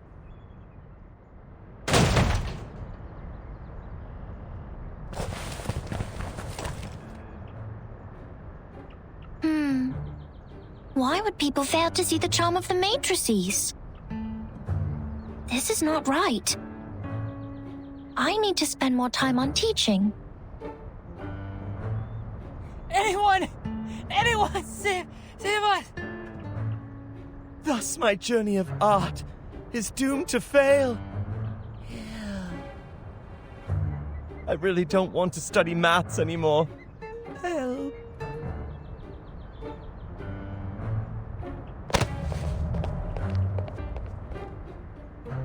Timekeeper, you are here.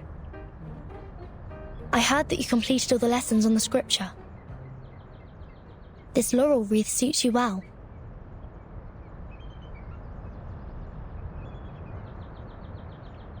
Timekeeper, I'm sorry. At the assembly, I failed to understand the arcanist logic. It was totally different to the debates I have participated in. But now I have... That was not your fault, Sonetto. It is now behind us. I need to tell you something more important. I've signed a peace agreement with Arcana, and the price of breaking it is... death. What?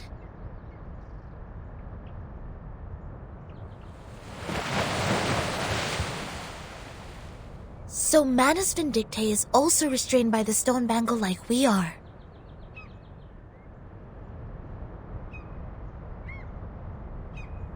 Yes, she put it on without hesitation. But I don't think her purpose would be as simple as hearkening the ancient wisdom.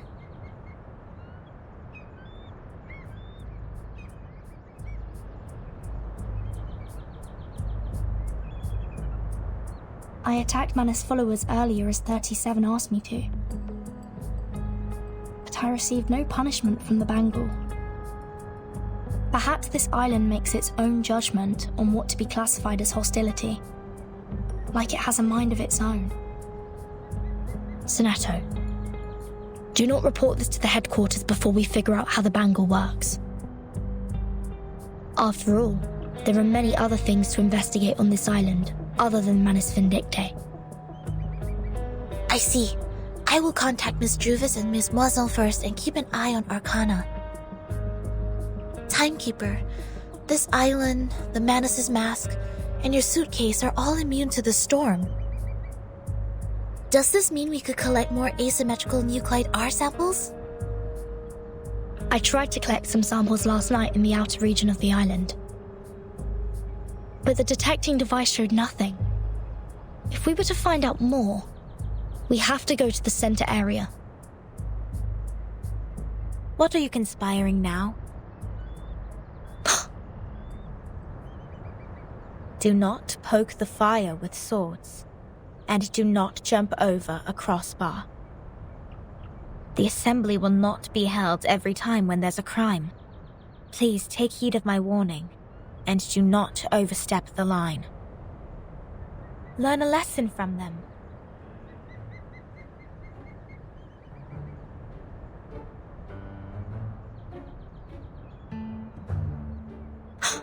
Lilia, didn't you say you have Regulus with you safely? Apologies, Vertin. I was going to rescue Sonetto through a very creative underground tunnel. But things didn't quite go as planned.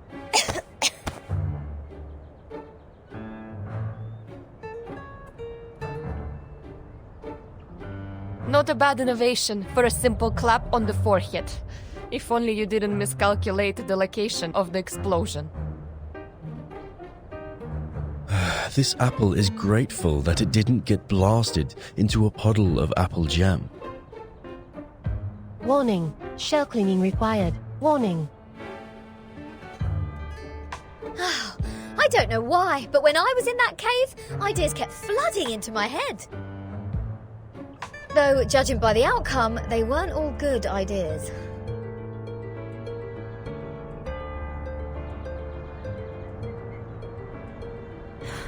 On a routine patrol, I found them trying to break into the cave. I'm not surprised that an irrational number would try to trespass on forbidden grounds. But you two? The integer and the fraction? What were you doing with her? This is a serious crime.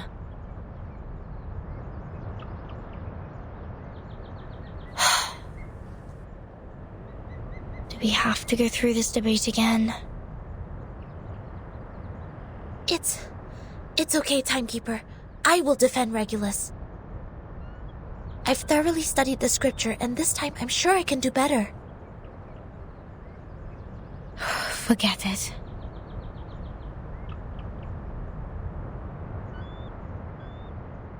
Forget it. It is unwise to waste time trying to understand an irrational number's motive. Besides, we should let the reckless take care of the least important matters. That's it. Regulus, you will come with me to clean the beach. Huh? Me? Again? Since you have too many floating points, words of discipline would not work on you. We would have suggested you study with the rest of the students here.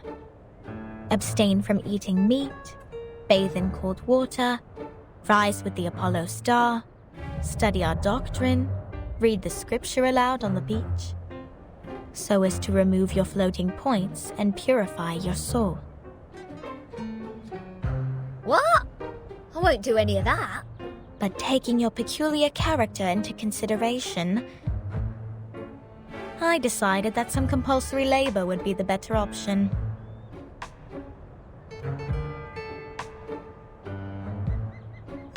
Oh, that's the best news of the day. I'd rather clean up the rubbish on the beach than be surrounded by people giving sermons all the time. At least the rubbish doesn't talk gibberish. I'd be dead if you didn't change your mind. Regulus, studying the scripture is not that scary. They will teach you and guide you until you take full command. Just like taking lessons at school. Huh? Is that what schools are like? Haven't you been to a school, Regulus? Haha! A great pirate would not remember trivial matters as such. So, where were we? Which part of the beach needs to be taken care of by the great captain? My laboratory.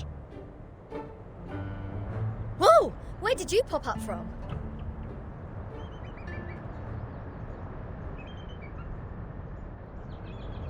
"37. Aren't you supposed to preach to the visitors?" I've seen the numbers. A group of negative repeating infinite decimals. They will achieve nothing but to repeatedly step in the river of mistakes. I gave up on them. Fine. Those of you who are complicit in breaking into the cave will also be sent to labor. Sonetto and Lilia will come with me to patrol. Regulus, you can go clean the lab. As for Verton, you will assist 37 with her study of the emanation. Don't waste more time on the trivial matters of the phenomenal world, integers. That was the sole reason you were on this island, was it not?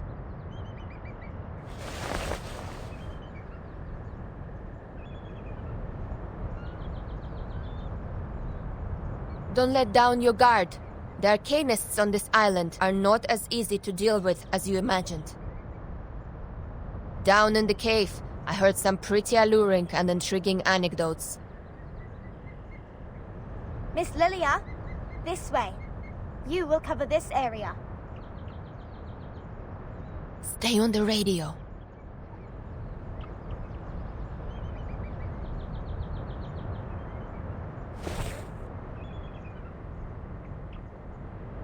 Don't worry, Timekeeper.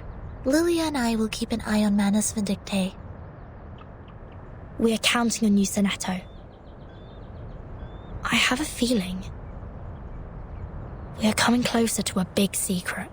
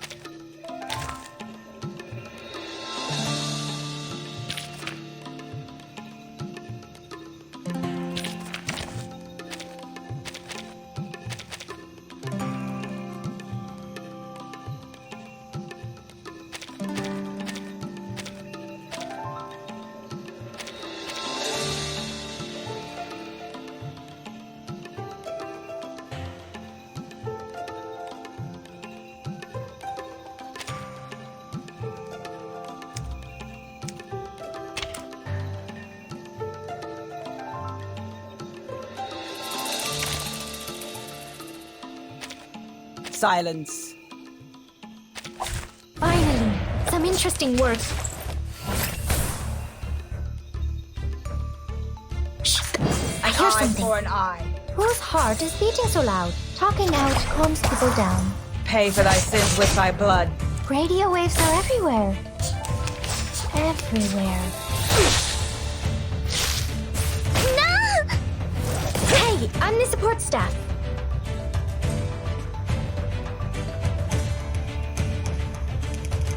I will do as asked. Shh! I hear something. A tooth for a tooth. Hey! Yeah! Agents have guns. It's called common sense.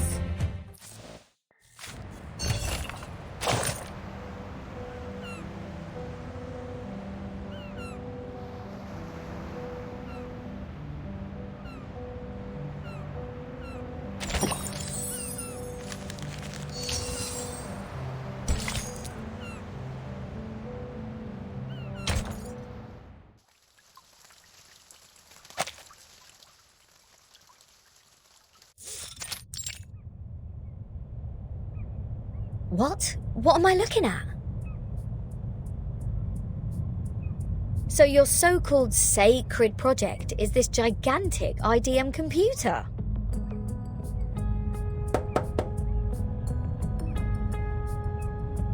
I was curious about them during my stay in Laplace. Those later versions of the model are so much better than the 66 ones. But this one doesn't seem that far advanced to those. This is not a junk piece the man has sold you, is it? Items of the phenomenal world are all a waste. This one is long broken. After the emanation, we couldn't find anyone to repair it. Why do you keep referring to the storm as the emanation? What does the emanation mean? It is the waves of Numa. We are the expellees of the world of forms. We were banished to this damp and dark cave. Everyone here is obsessed with the fake light on the wall, but forgets to look for the truth. Numa, however, will lead us to escape the cave and return to a more supreme realm. Eh? You make it sound like we're living in piles of rubbish. Aren't we? Of course not. If you ask me, I'd say you have absolutely no idea how wonderful the outside world is, because you have never left here to try it yourself. Dr. Pepper, the music festivals, Rory Storm, the Hollies, and the Rolling Stones. Oh, there are too many to count. If it weren't for this sick storm, I would still be riding a motorcycle in one of those races in London. Your soul must be pretty contaminated. And the computer, they can calculate extremely large numbers within seconds, better than hundreds of thousands of you combined together. In the case of numbers, it's not the bigger the better. Also, this computer has never played a useful part in our study. Come on, mate. You people just leave it in a cave. It's like sending an infant to the kitchen and waiting for it to bring you dinner. Never mind, you'll see what I mean after I fix it.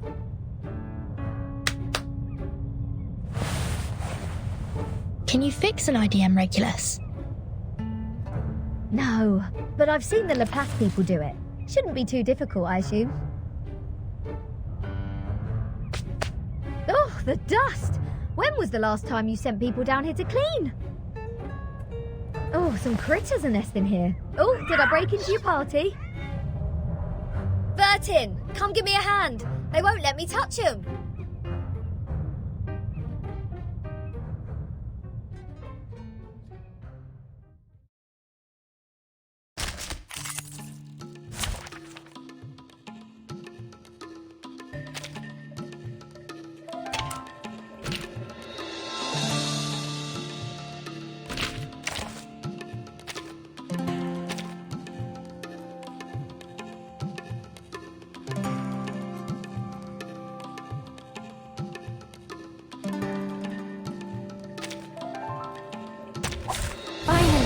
Some interesting words. Shh! Whose heart is beating so loud? A tooth for a tooth. Don't be so furious. Agents have guns. It's called Feel common it sense. pain and know with regret.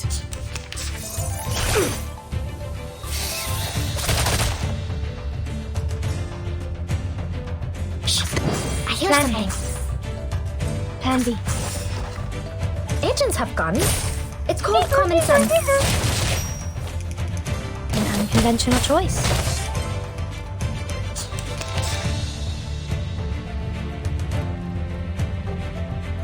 An eye for an eye. Plan A. Plan B. Pay for thy sins with thy blood. A mice pass.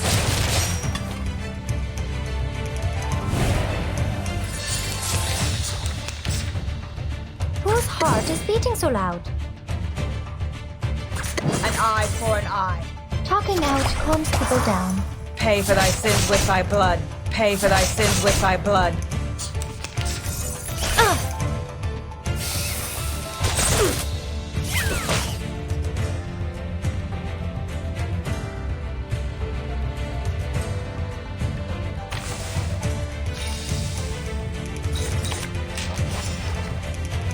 off thou go. Plan A.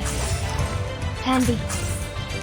Thou shalt make an atonement for thy sins in full. An unconventional choice.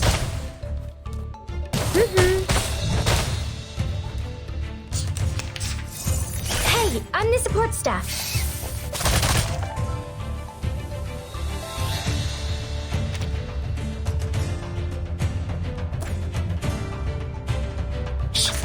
Show's on, hounds. Plan A. Oh?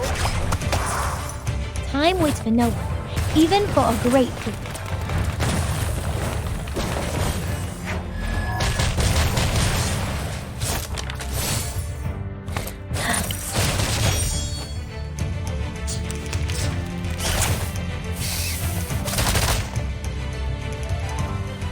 We should listen. I hear something. Secrets always hide in careless words. Listen carefully. Radio waves are everywhere. Which matters more? Knowledge or strength?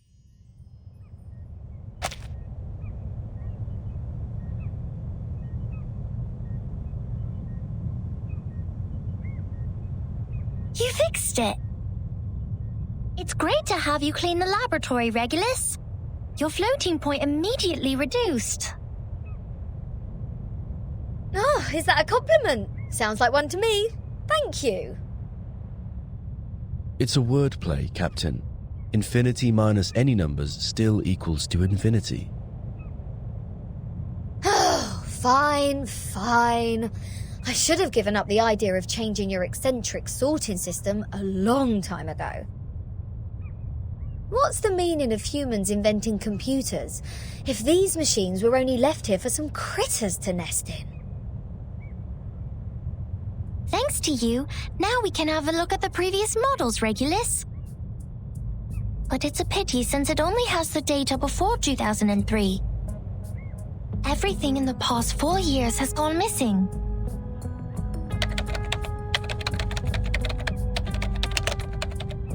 This is our chronology, Vertin. From 1999 to 2007, the emanation has taken place 7 times. In the initial 4 years, the emanation has a pattern. First, it brought us back to the 90s, then the 80s, and then the 70s. After that, it suddenly leaped to the 30s. In the subsequent 3 years, it took place twice. Every record here can perfectly match what is in the Foundation's files. Wait, these are the records before 2003, you say? But this one refers to the storm in 1966, which happened recently. These are indeed the records before 2003. What's following the records is our forecast. That's to say, you prophesied the 1966 storm 4 years prior to its occurrence. How is this possible? That you are clever enough to develop such a precise mathematical model, while at the same time you just let the IDM become the home of these critters. We just worked out the patterns in the number sequences. You made such precise prediction even without leaving the island. That's incredible. You don't need to go into a river to find out the pattern of its flow. Moreover, we would send people to observe in the phenomenal world. My mother was one of them. She is the co-author of this model. Nobody knows this computer better than her. So you have a mother too? 2? 37. Where is your mother now? Like many people, she was restored to her true form. Since then, I took over this laboratory. The form, you said? 37? What is it? What kind of question is this? The form, or the essence, is what's left of you after all the fakeness has been peeled off.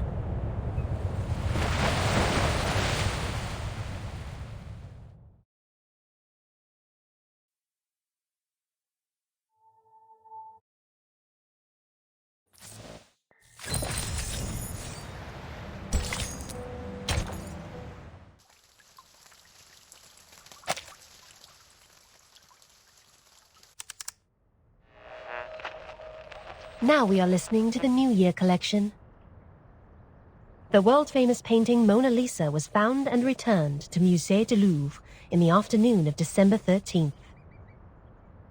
The U.S. Congress passed the Federal Reserve Act on December 23rd, formally establishing the Federal Reserve System. The conflict between Austria-Hungary and Serbia has escalated. Bulgaria challenged the Bucharest Peace Treaty. Tension is building up over the Balkan Peninsula. In London, futurists gathered under Big Ben, celebrating the upcoming 1914. This is news of the outside world?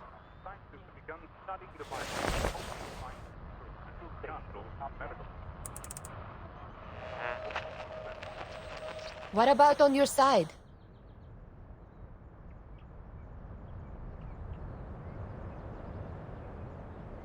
Well, I am with Sophia. Arcana's still in the hall. She hasn't taken any action so far. Got it. Please keep an eye on the Manus followers. Be mindful of the restrictions set by the Bangle. Who are you talking to?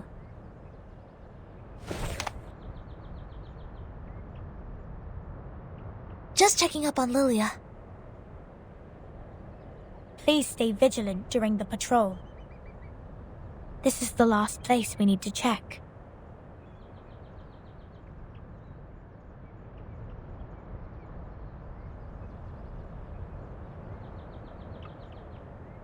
We must keep this graveyard clean.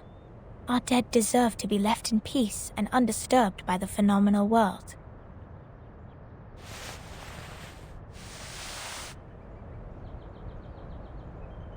Miss Sophia, you said this is the graveyard?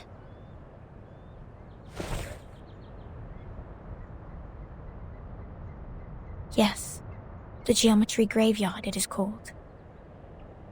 4 years ago, my father was restored to a geometric body on his way back to the island.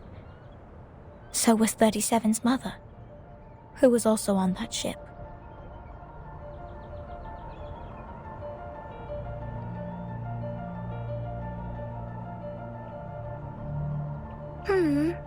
Why are you crying, Sophia? I was wrong. We calculated it wrong, 37. We miscalculated the impacted area of the emanation. We thought the ships would be safe in the Gorgon current, but the safe area is in fact 5 degrees away. When the emanation happened, the bow of their ship had just entered the safe area.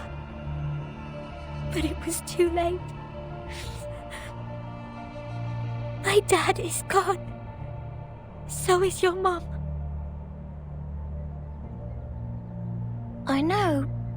But why are you crying? My mom and your dad have come back to us, right? Have come back? Do you call this coming back? Like this? In the form of geometric bodies, cold and silent, being pushed to the shore?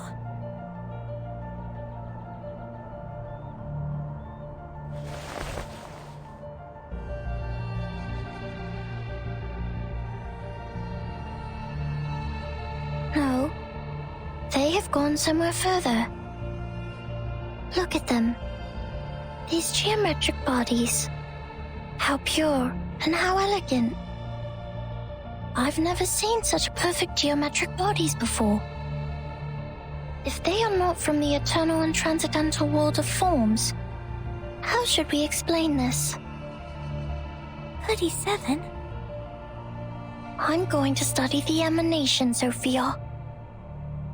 This is the best chance ever. The transcendental world finally opens its door to us. We will reach our hands to the forms and explore the oldest and eternal laws. Will you help me, Sophia? Next time I will definitely make a better calculation. I promise.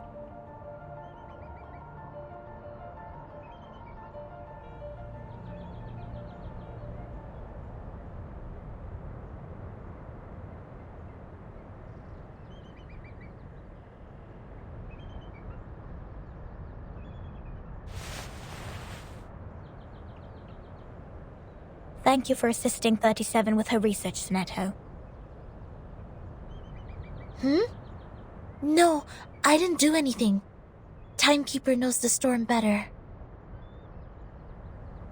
You have helped us greatly by just coming onto this island.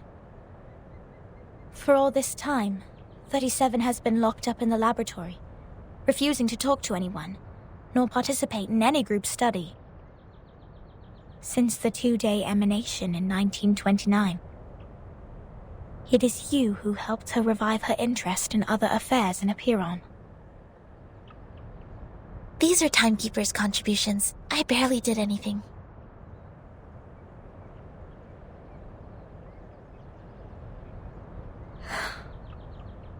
I can't help 37. Because I don't see the charm of numbers. I lack the perception that an integer should have. That's why I can't see my own number. The number's charm? Sorry, I have never thought about this.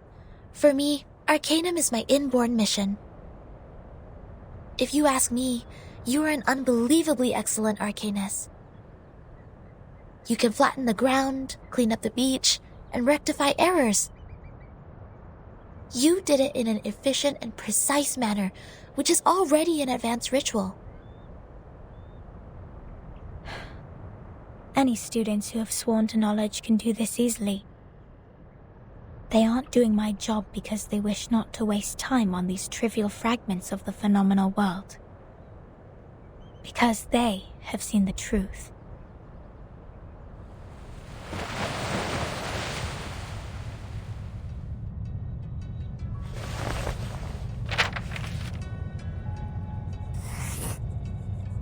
The phenomenal world is never complete. Like you can never draw a perfect circle there. No matter how much time you spend on it or how sophisticated your device is, it is impossible to draw a perfect circle in the phenomenal world. Arrows always exist. The floating points after the decimal can be reduced, but not destroyed. The perfect circle only exists in the abstract transcendental world. Of course, anyone in the world can find out the value of pi through the most primitive method. Egyptians, Greeks, Chinese, and Babylonians, they have all tried. They made circles with twine, painted on the ground with twigs, or measured the land with cubit rods, but none of them actually drew a perfect circle. However different their practices were, they found out the sole truth. The approximate value of pi. Because the essence of the circle is hiding in the imperfect manifestation of it.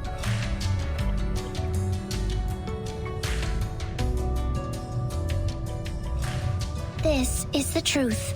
It is eternal, unchanged, pure, and transcendent. Anyone can reach out to it at any time, in any place, by any means, and everyone will get the same answer from it. The forms transcend all matters.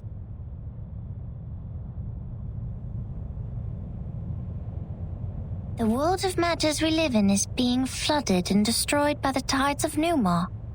When the tides recede, what is left on the beach is the essence. This doesn't sound right. Let me think. How come your theory reminds me of the Manus Doctrine? 37. We see the storm very differently. Among all the other things, we saw it first of all as a disaster. But earthquakes, floods, volcanic eruptions, these are also disasters. These catastrophic events happen not because they have a reason to destroy. They just happen in this world, like we do. This is what my mother taught me. She must be proud that she's a perfect geometric body now. I'm sorry for mentioning your mother. Why do you apologize, Furton? Are you feeling guilty? This is a very unusual feeling for a number like you. I don't get it. Why did you say my number is 0?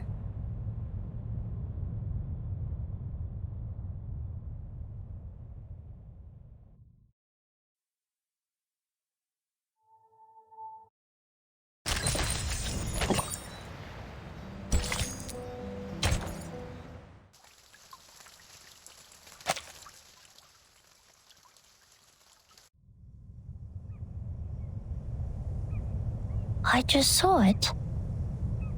The numbers of everything and every being would just emerge in front of me. I see it, and I speak it out loud. That's it. 210 told me numbers imply our fate. Don't believe him, Verton. Numbers are just numbers. I know nothing about fate. Fine. I don't think I like 210. And the feeling goes both ways for us. Because I once said he is a poor number. 210 equals 2 times 3 times 5 times 7. He is the product of all prime numbers between 1 and 10. Looks like he has it all, but he doesn't have any real forte. He likes to sugarcoat himself with metaphors. Only those with a flawed essence would adore the trickery of words. This is indeed an extreme comment.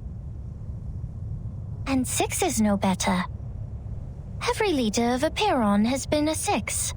6 is the perfect number since it equals the sum of all its proper divisors. 1 plus 2 plus 3 equals 6. But this number has been overrated. He's not that special. What about your number? What does 37 mean? I don't know.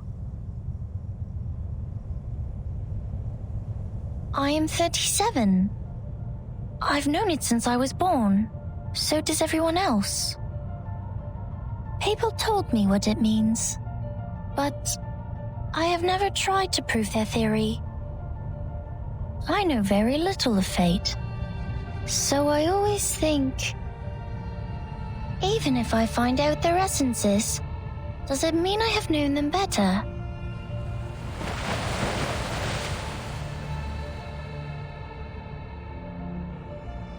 "37 once tried to tell me my number.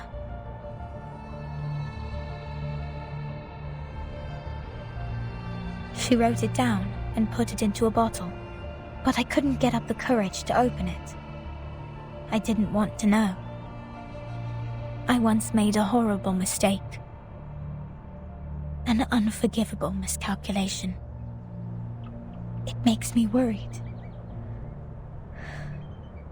that I may also be a mistake. So I threw the bottle into the sea.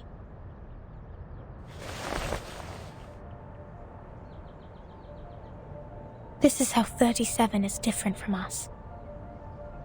We are all prisoners of that cave. Only the wise one can find her way out of the cave and return to rescue the rest of us. I'm the ignorant prisoner who sits, and she's the wise one who returns.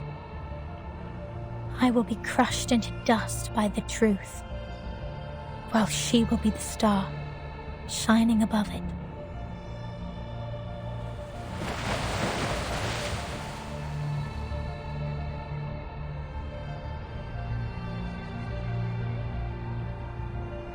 truth is like the stars in the night sky. Beautiful, but cold. It has been there long before my existence, and will stay that way long after I'm gone. It sheds no tears for the weak, nor laments the tragic fate. It's forever bright, and always moving forward. The person who avoids the truth is not qualified to study it.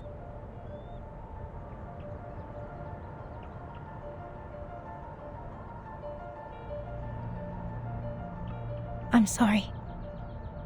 My interpretation has been emotional. No. I think I kind of know how you feel, Miss Sophia. However unworthy you think you are, there must be something we can do. Maybe we can't reach the core of the truth, but we can clean up the path to it for the future explorers. This is our fate. Interesting insight. I have come to understand why 37 likes you so much. Let us go back to work then. Start from dusting the tombstones.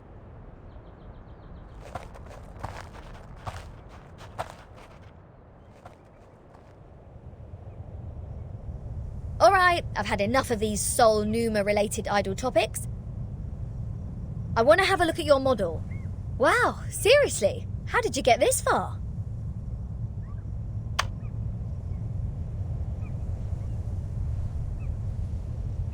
This model has been proven wrong. For 4 whole years we had been optimizing it. But the emanation in 1929 only lasted for 2 days, which means our calculation was entirely a failure. That model is just like this computer. It's a piece of junk. And this is all I can present to you.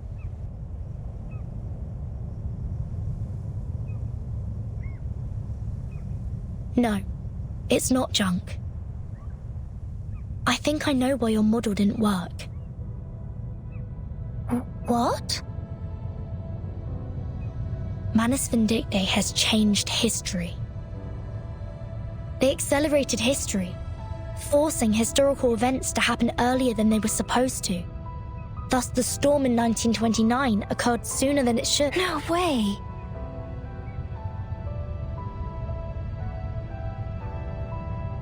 Controlling the emanation. Changing the history of the outside world. Numa is eternal and transcendental. It won't obey any orders given from the phenomenal world. Neither will it change its patterns because of some fragments. I'm telling the truth, 37. I've been there, in the storm of 1929. Your model was not wrong.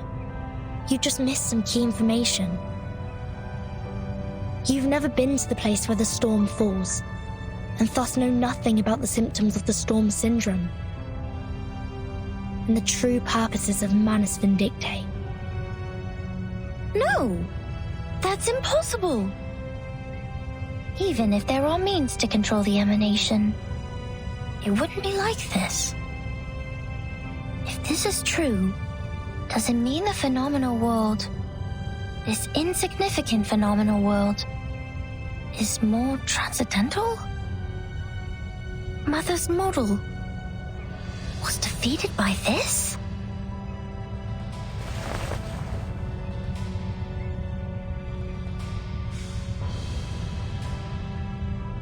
Vertin, could you give us proof? The proof that Manus Vindictae accelerated history and triggered the emanation. I swear I wasn't lying. No, not like this. To prove it in front of Epiron. Go to our sacred place, to the Hall of Truth, in the depths of the cave. There, everyone can see the essence of the world. I beg you, give them your proof, just like how we submit the proof of our soul number.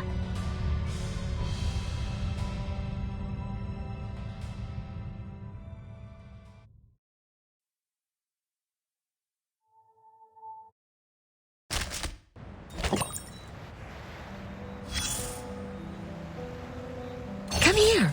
Place your hand on it. Feel the texture. The craft is one of a kind, not some cheapie you can get from the flea market.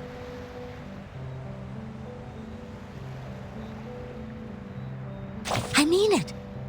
This is a Keeling, and even the most traditional, delicate, and expensive kind. It has applied fiery red as the dominant color, and the stitches are perfectly neat. Oh. From the sea, just like you, darling.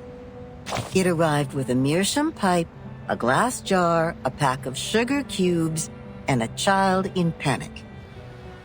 Both she and the Keeling were born on the land where the craft originated. Their appearances apply the same dominant color, and the patterns in them share similar complexity. Oh, your curiosity is aroused. But we are not done with the carpets yet. You've always got to get a souvenir or two every time you reach a new place. So you will have something to show when you tell the stories one day, right?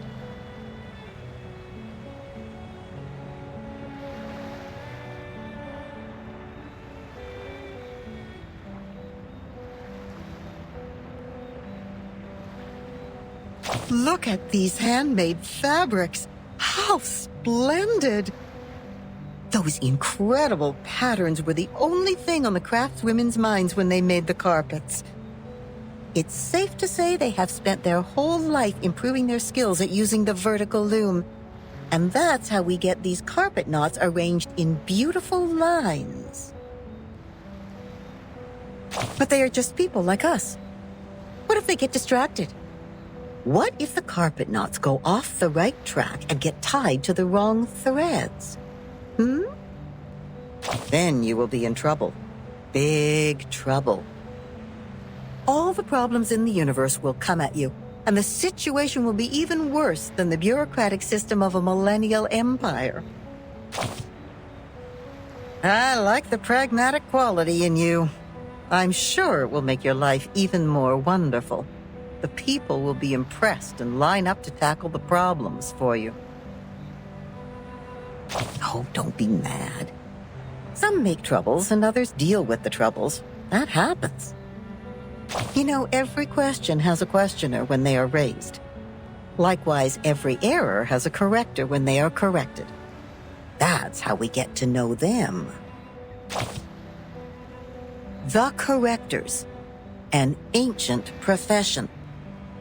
Their duty is to remove the loose threads and iron out the wrinkles on the carpets. In the language of this island, that is to check the calculations on the papyri and even the holes on the punched tapes. No one is capable of doing this job except the altruists, because it is similar to unraveling a ball of wool.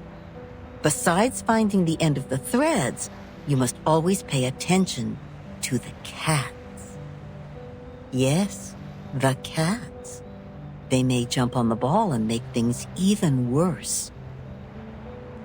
And she, the red-haired little girl with the carpet in her arms, was overwhelmed at the beginning.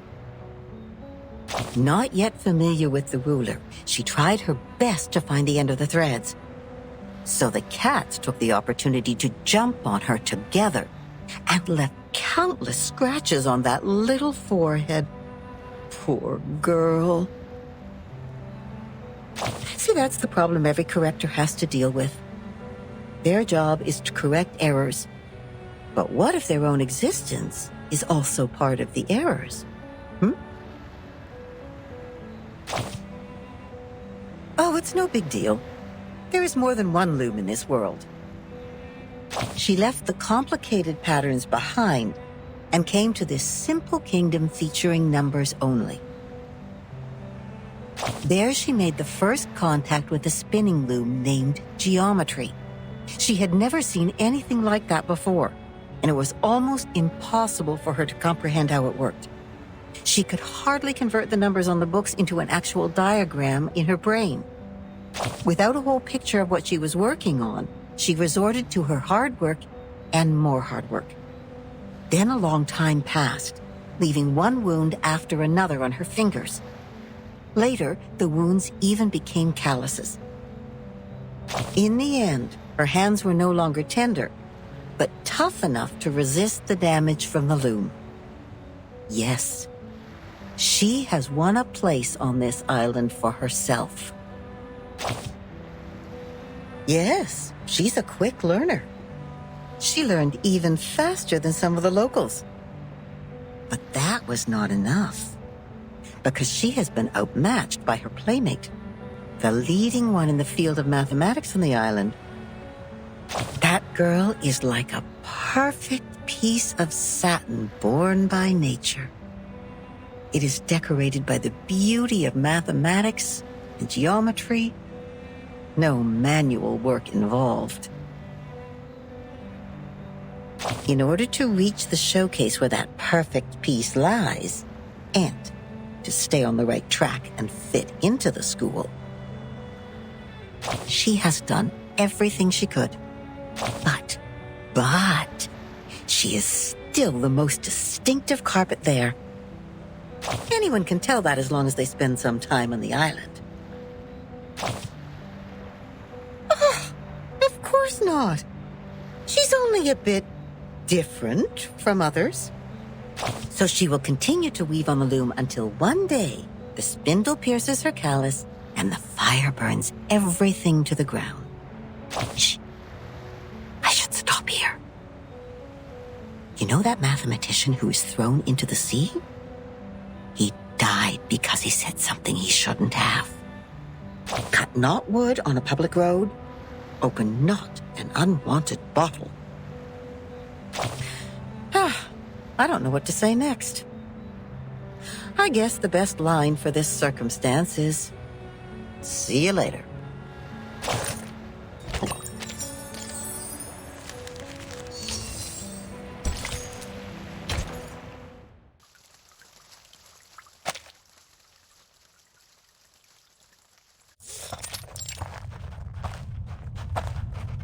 Wait a second, just a second.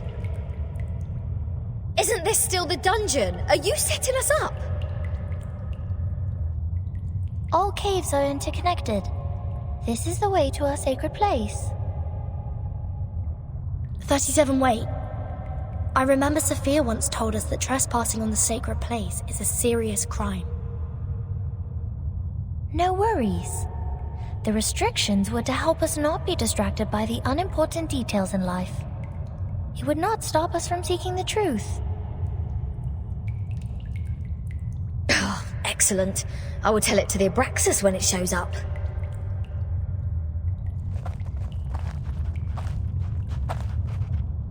Huh? Hey, 37. Are you sure this is the right way?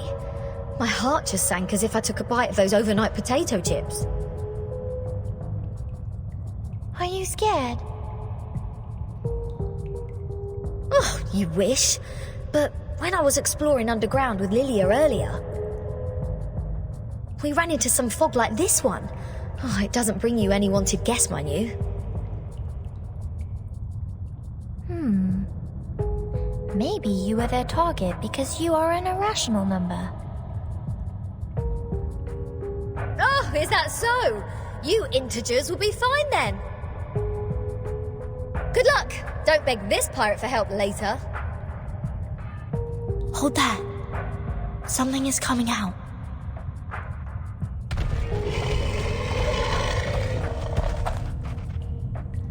Huh? Rooster head with two snakes as its feet. Abraxas. That's weird. Why are they here? They're coming for us. Ha! What did I say? Don't beg. Regulus, prepare for battle. Okay, I know. I was just teasing her.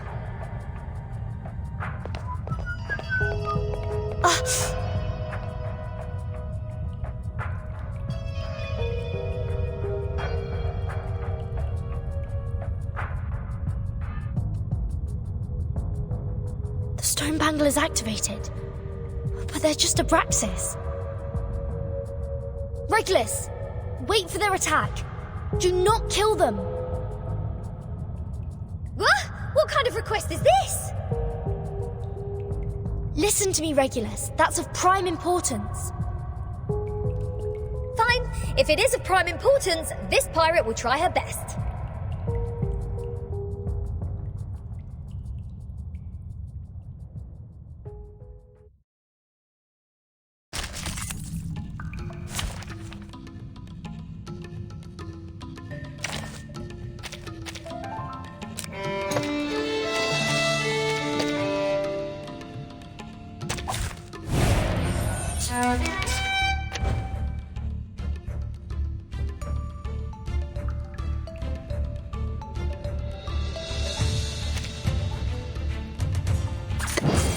I hear something.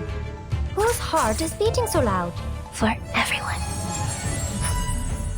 Don't be so furious. Radio waves are everywhere. Everywhere.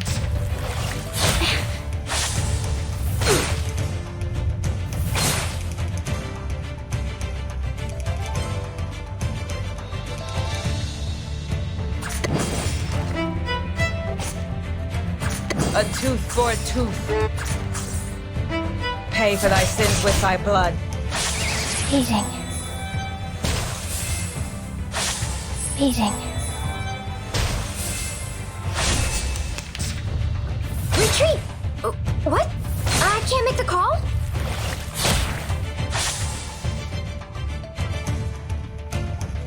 Shh.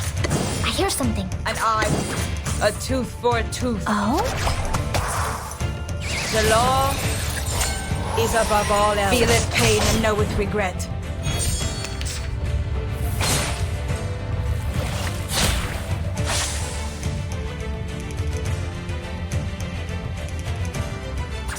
Whose heart is beating so... Shh.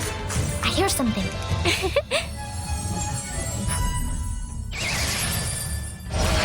Radio waves are everywhere. Radio waves are everywhere. Everywhere. Retreat! What? I can't make the call?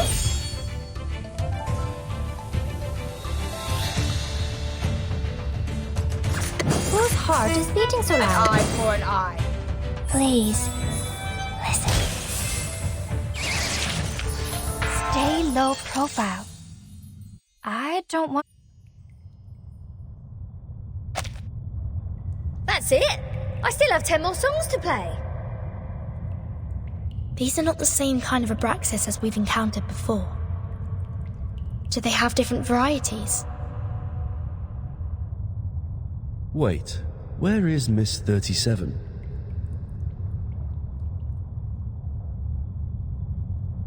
Hey! Come on, keep up! Did she just take off like that while we fought? Sneaky little... We should leave 2 Vert in. Wait a second, Regulus. Do you sense anything familiar in the fog? Uh-huh, you bet. This is the first guest room we were put in when we first entered the island. No, Captain. This apple has the same strange feeling. We saw the rise of Ceres in the same kind of fog. And before that...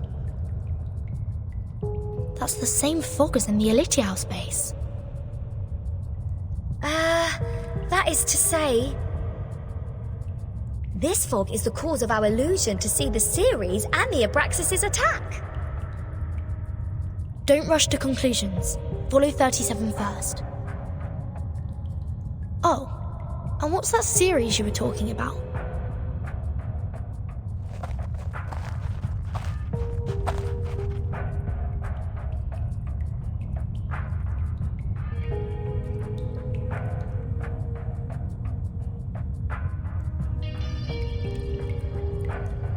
I just picked up a piece of paper.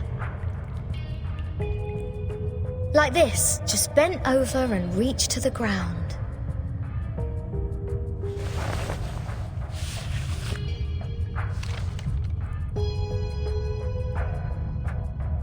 What book is it? Oh, probably just some math problems left from the critter's breakfast. You never know. Wait, the compound of alchemy. The 12 gates leading to the discovery of the Philosopher's Stone. This is that alchemy handbook given to Edward IV by George Ripley. Why is it here? Look at this, Captain. Of the Great Stone of the Ancients by Basil Valentine. The 112 books by Geber. Emerald's tablet in Latin. Seems like there are more ancient texts about alchemy hidden inside the whole, but they are all incomplete.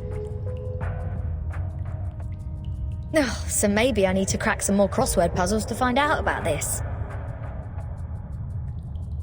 Our caves endow people with wisdom. All secret knowledge is hidden in the silent boulder walls.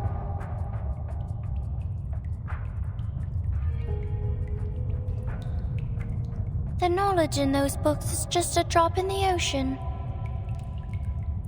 Follow me, Regulus.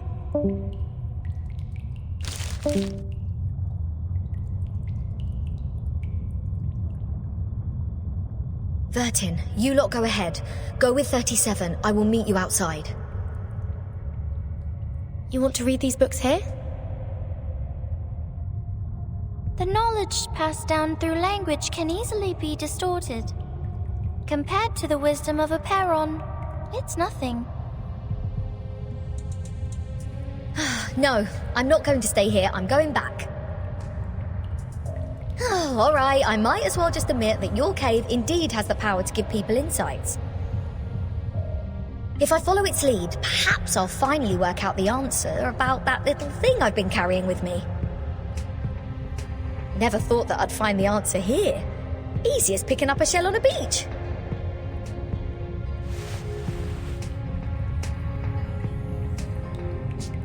What?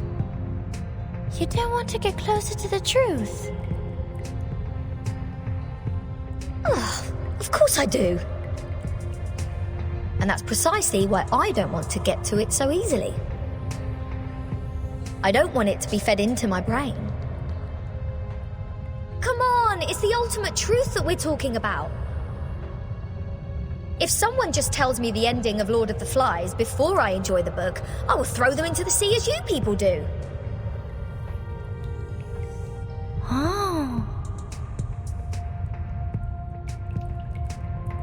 I only met 2 people who reject the truth. So this is the mindset of irrational numbers. I see. Thank you for being my subject of observation, Regulus.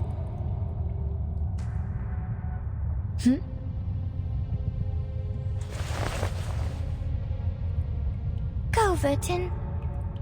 We have a long way ahead. Be careful, Regulus.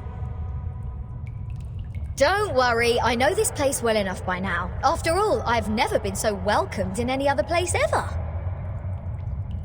Critters, monsters, creatures with strange heads. Do you worse. This pirate is not afraid of you.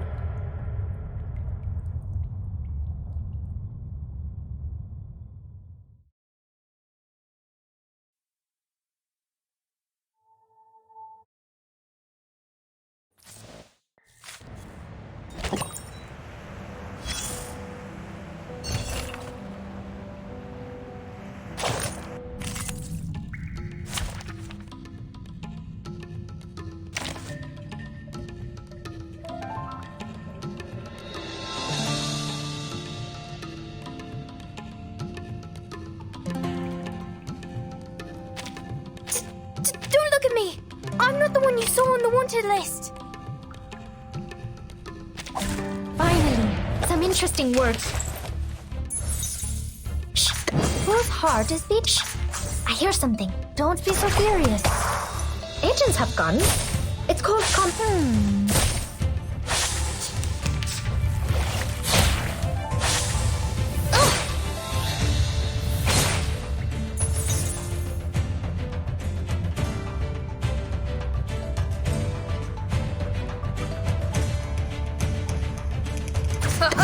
Let the show. Haha! Demolish! Ha! Enough!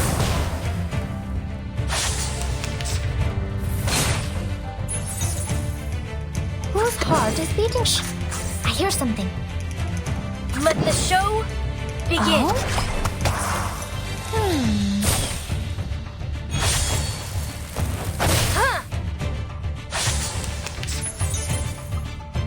We should listen whose heart is beating so loud. Secrets always hide in careless words. Listen carefully.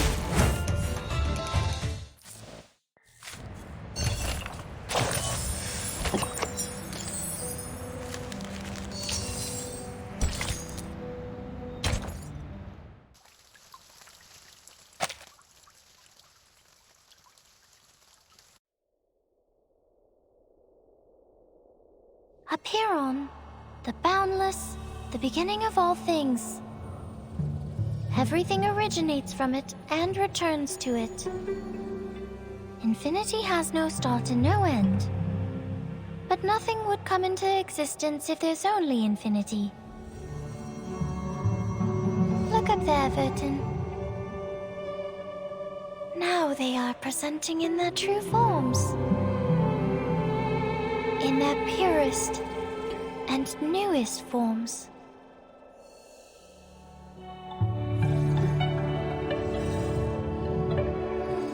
Our world was born from the wounds on infinity. When it's cut by finity, the patterns of the cutting are what we call mathematics. Thus, the essences of numbers exist inside all beings, and the patterns of all numbers exist in all matters. The length of a butterfly's wings and its body are in golden ratio, and the plant leaves grow on their stems in the pattern of the Fibonacci spiral. This is the most primitive rhythm of Arcanum, and it is also the beginning of our extraordinary study. This is the essence. And how do I submit my proof? Close your eyes, Vertin. Only when your eyes are closed will your mind open up. Now, stay fully concentrated and recall the question you want to verify. Only in the absolute contemplation can truth reveal itself to you.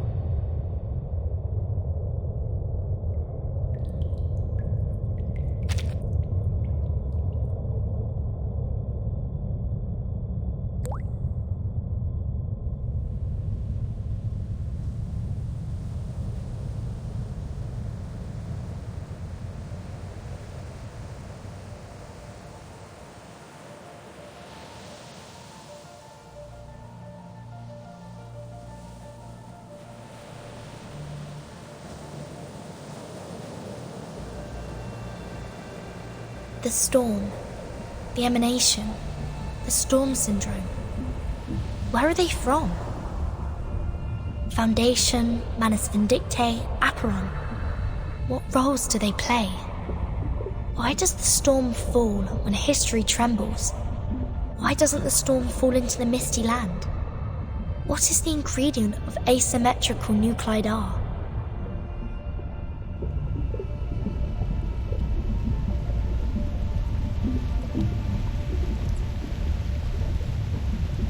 The world is a dark underground labyrinth. But Numa can guide us to go beyond all things and reach the exit. Vertin, can you see it?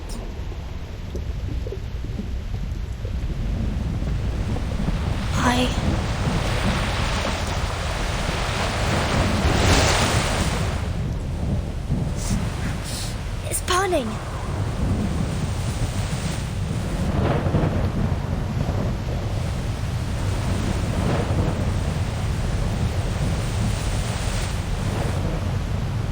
What's going on? Is somebody fighting with the Manus now? What's happening outside the cave? Vertin, why are you straying? the meditation goes beyond control, you will be thrown out of here. This would be a foolish mistake. The repair on this is...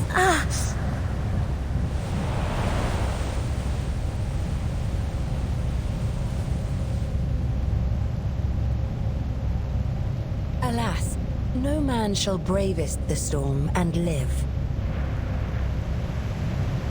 Including thee.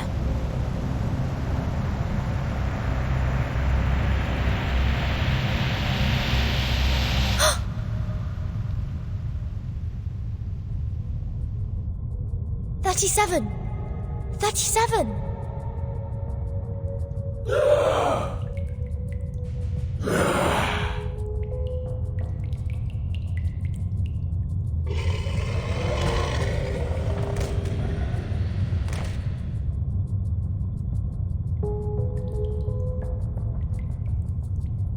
What happened? Were all those illusions? If it weren't for the heat of the stone bangle that wakes me up, would I go as crazy as they did? This stone reminds me of the spinning wheel.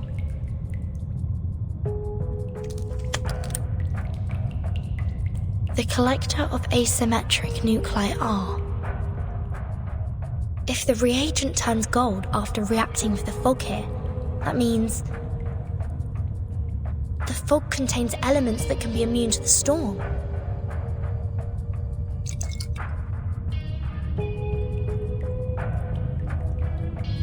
The color changed faster than I thought.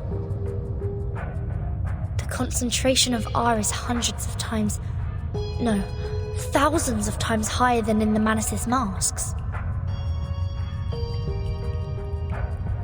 In other words, whoever owns this cave can produce the protective equipment of the storm in big numbers. Is that the reason why Arcana is here?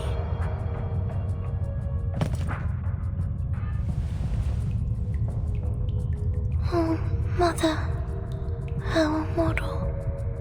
Has it failed? Has it failed? I need to take 37 out of here.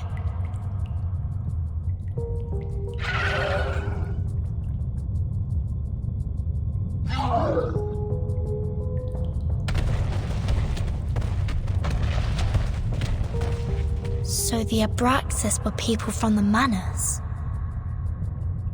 The fog here can affect people's minds, like those around the lake in my suitcase.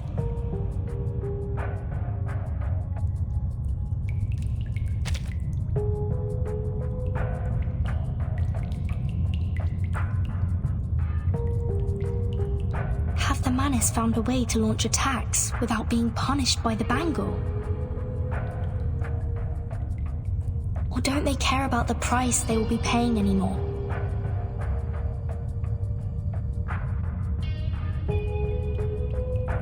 I hope Regulus didn't throw my words to the wind.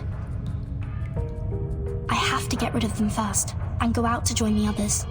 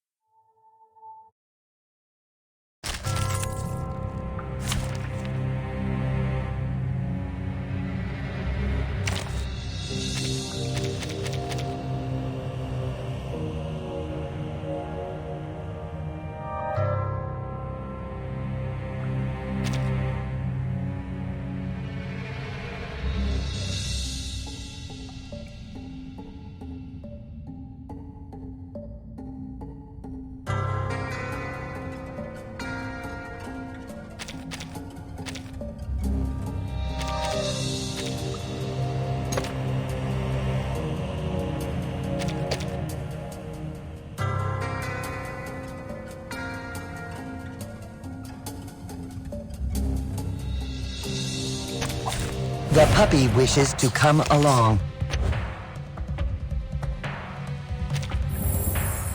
The peace agreement no longer works. Or is it safe as long as the contracting parties have no intention to fight? The conditions are not clear. A reckless attack may lead to the punishment of the bangle. I have to be careful with the method and timing of attacking. Whose heart is beating? I hear something. For everyone.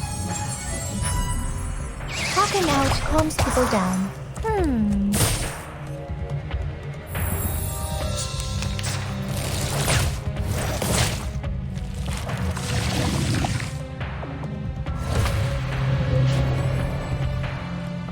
Wait. The body is melting. It turns into a seed. So this is how the Manus fight against the restrictions. They sacrifice one man to feed another.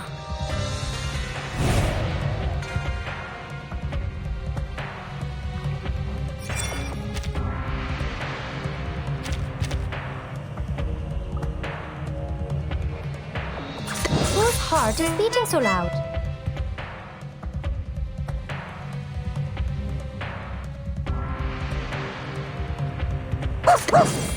The puppy agreed with your decision. Talking out calms people down.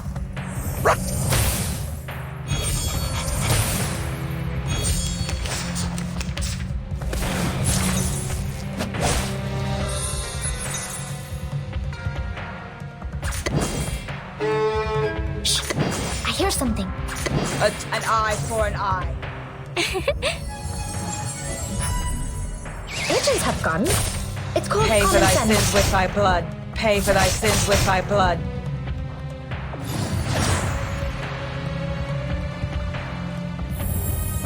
The sacrificed follower has been absorbed by the seed. Is this some kind of ritual? In no cave, one can see the form of everything. 37? Can you hear me? Run there.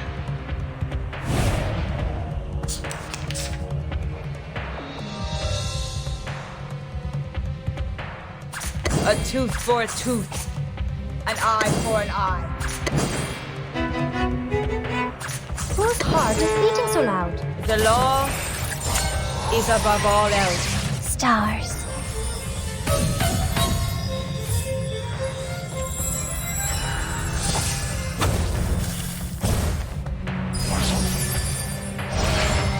Beating. Radio waves are everywhere. Everywhere. The dead followers turned into geometric symbols. Is it because of the cave? So the seed is the form of Manus Vindictae. The forms transcend all matters.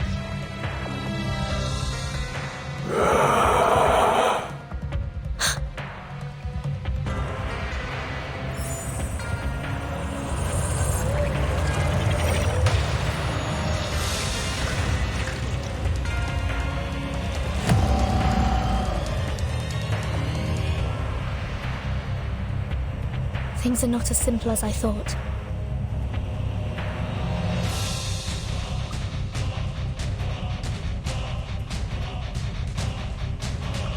I must make a plan and exercise great care.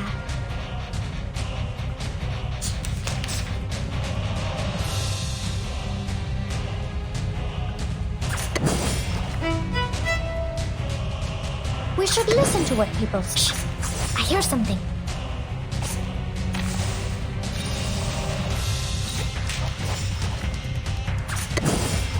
We should listen. I hear something.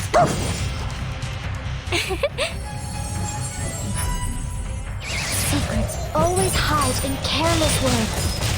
Listen carefully. Radio waves are everywhere. Everywhere. Retreat! What? I can't make the call?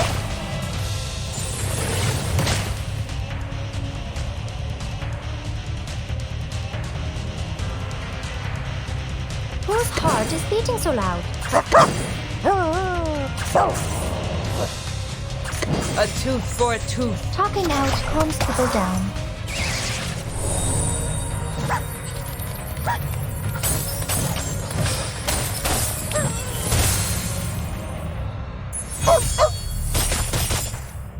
for thy sins with thy blood.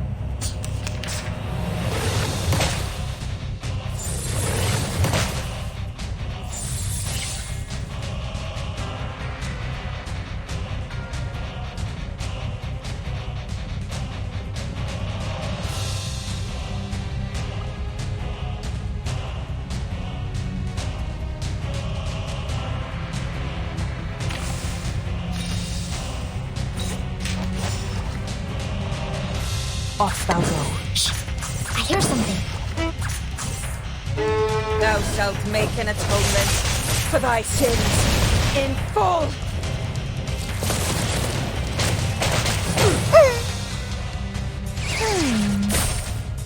Meeting.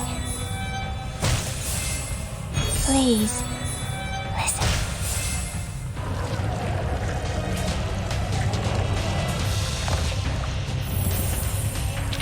Form of Manus Vindictae.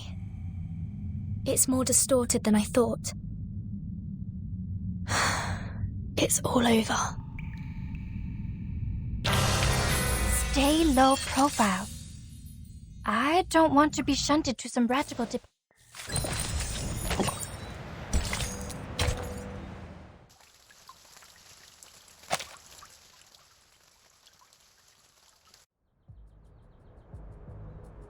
Vertin, finally! The Manus suddenly emerged everywhere like ants. Lilia and I couldn't take them all down. I would have acted sooner if you hadn't told me not to pick fights.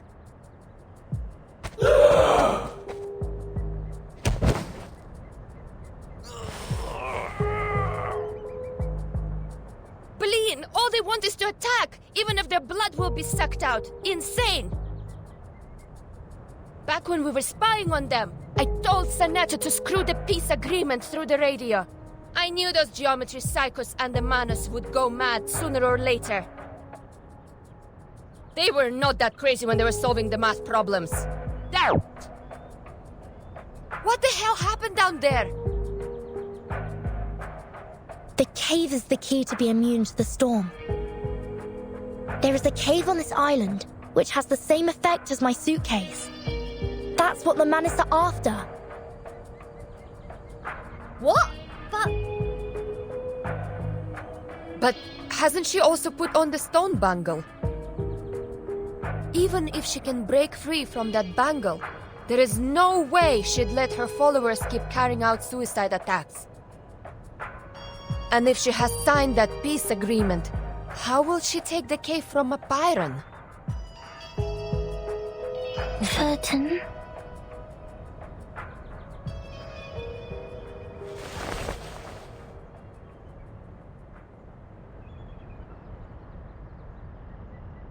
What's that?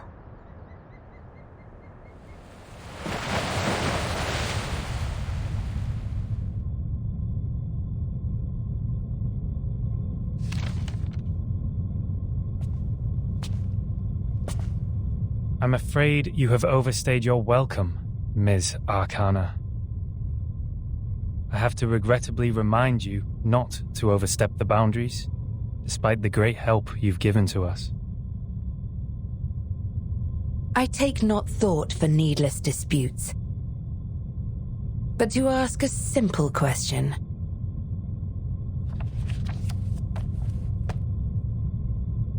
The great philosophers, ye seek the ancient wisdom, follow the sage's teaching, and pursue the noble virtues.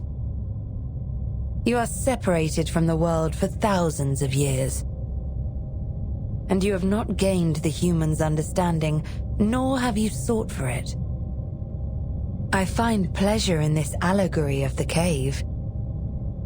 However, hast this been unto thee? That who led us to the exile in this cave.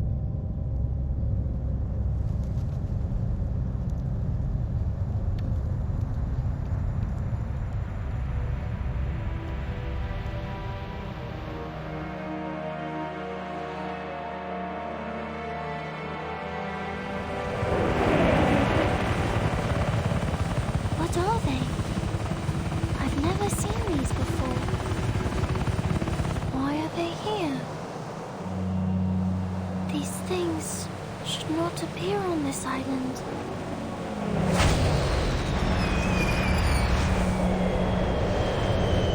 No! 37, no!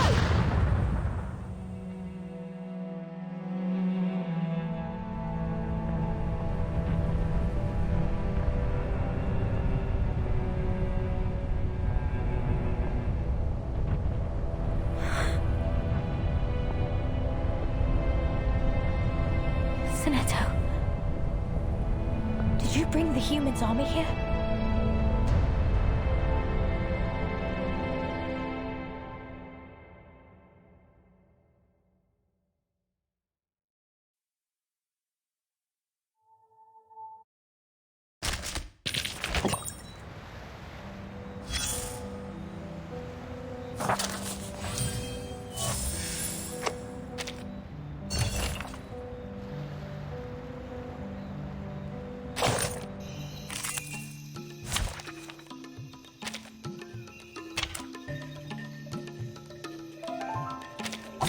Finally, some interesting work. Shh! Whose heart is beating so loud? Don't be so furious. Radio waves are everywhere. Illusion is enough. Everywhere. Hey, I'm Miss Bloodstaff. Shh! I hear something. Let the show. Haha! Illusion is enough for that. Ha!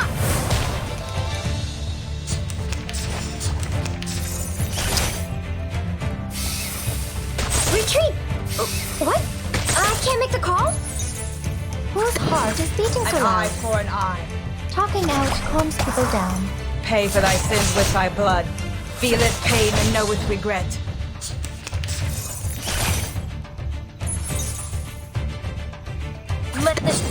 Let the show begin. Huh! Foolish!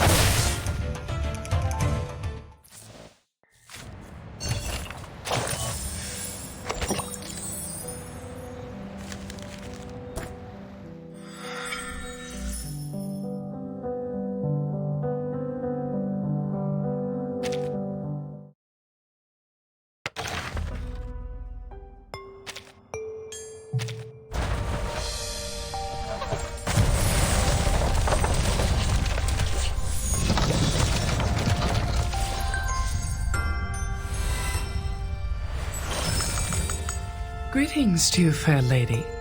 May I present?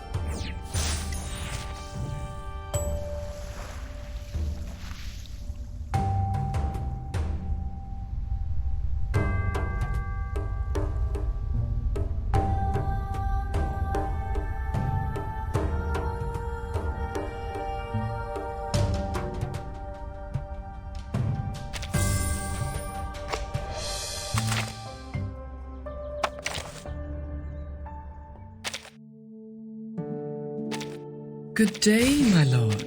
You're too kind visiting. It's always lonely to stay somewhere quiet for I'm not.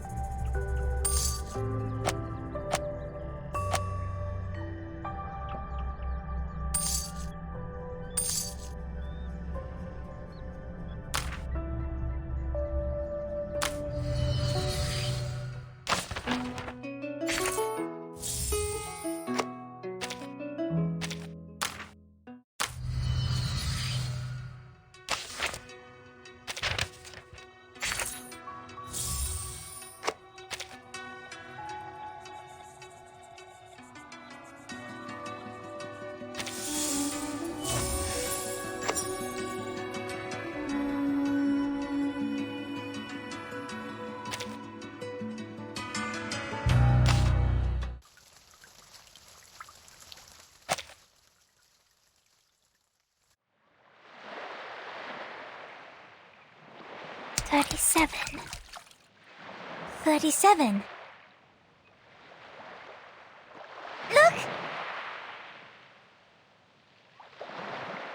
Certainly.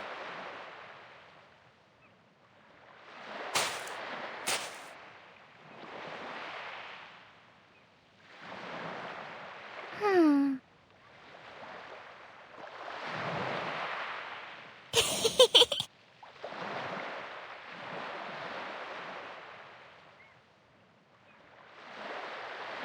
One, two, three.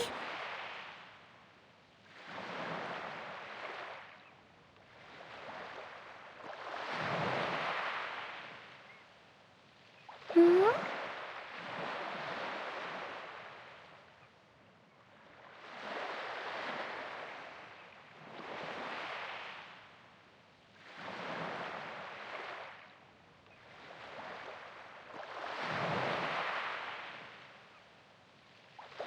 Hmm?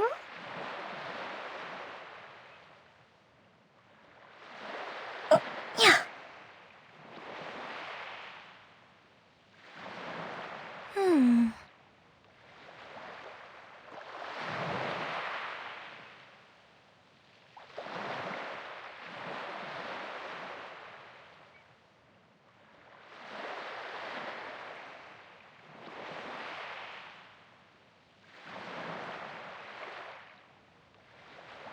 Oh.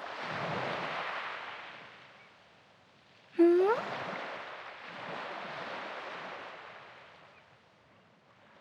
Um.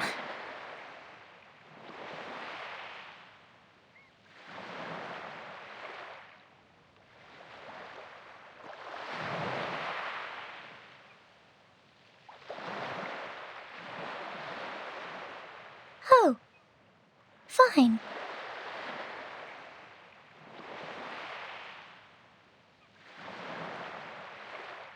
Hmm.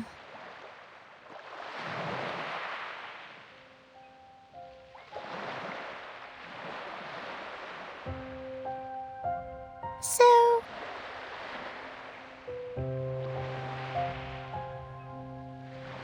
does all this have any symbolic meaning?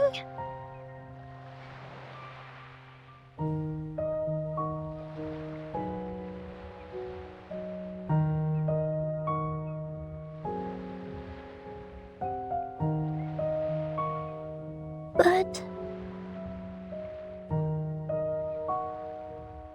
Hmm...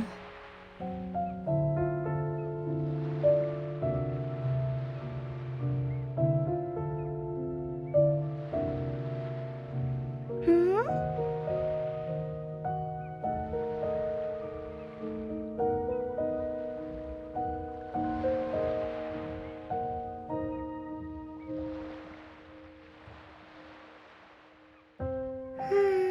So...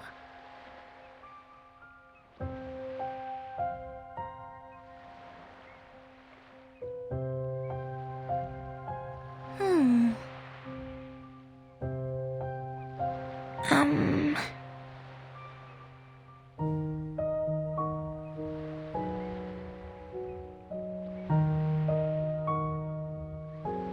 Sorry.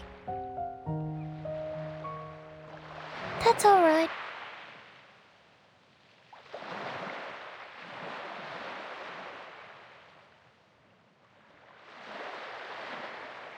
Um...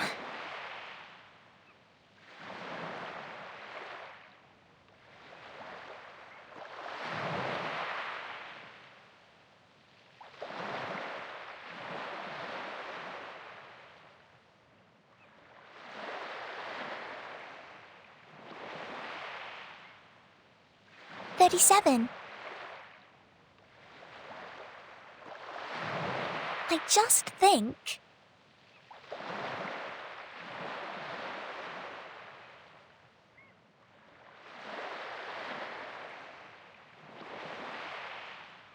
Hmm?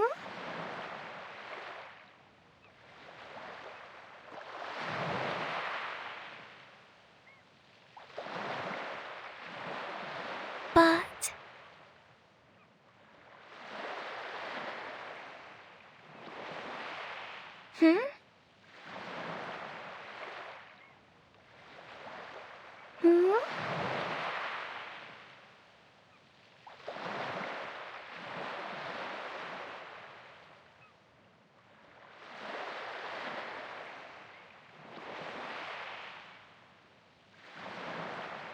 But...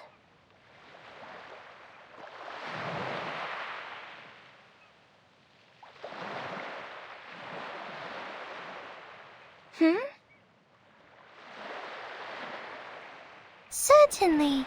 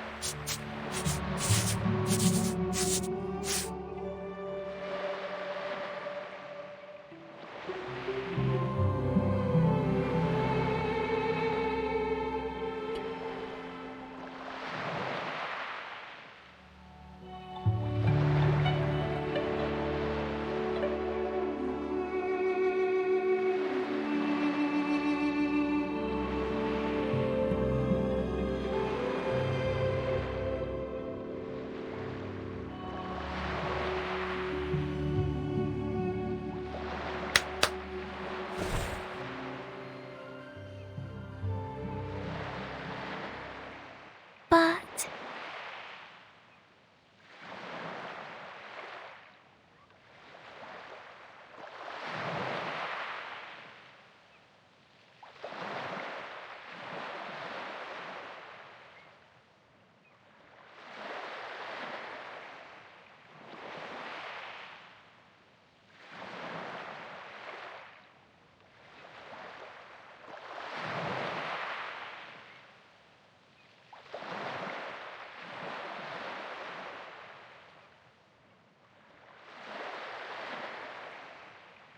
Certainly.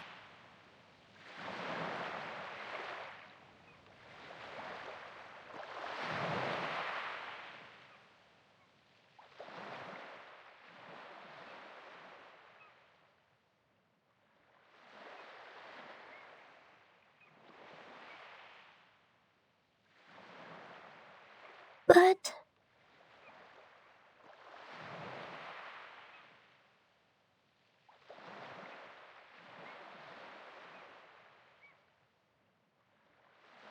Yeah.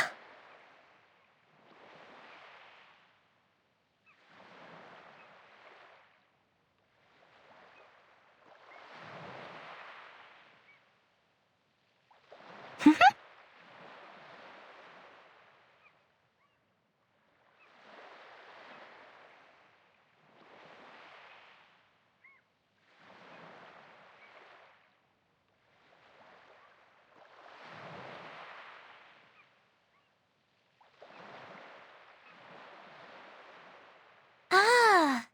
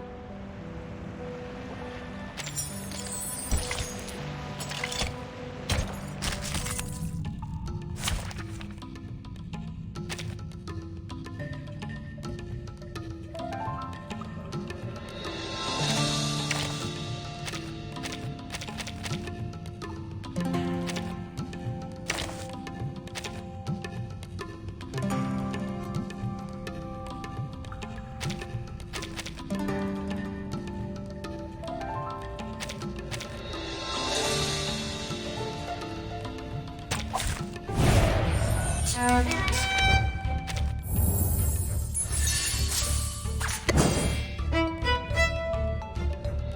the haha.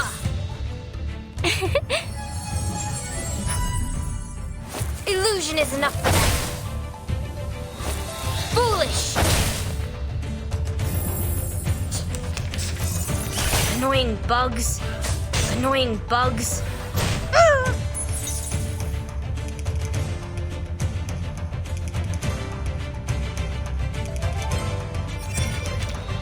Let the show be. Let the show begin. Ha! Ha! Illusion is enough. Malapert.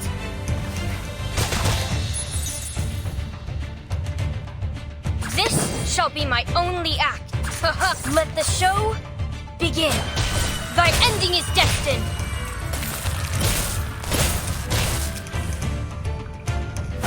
Enough! Enough!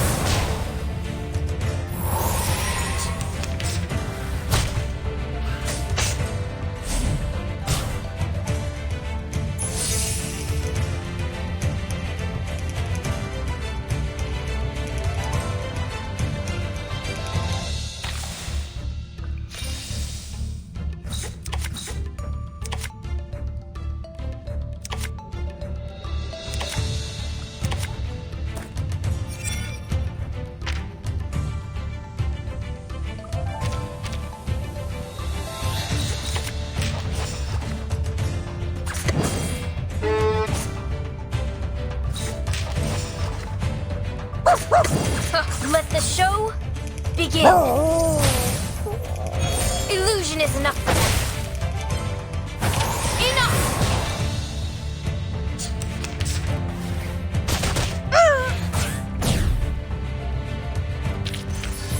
Ha! That's what you've got.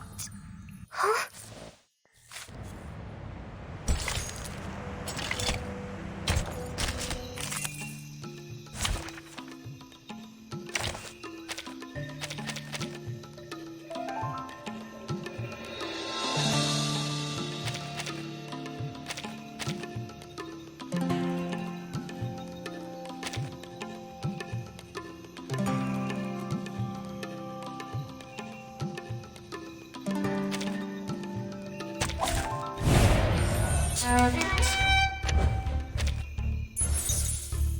Whose heart?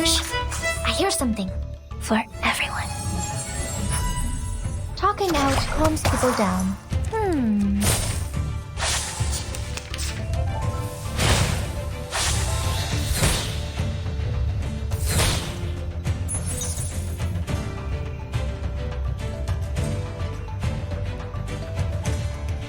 Whose heart is beating so loud?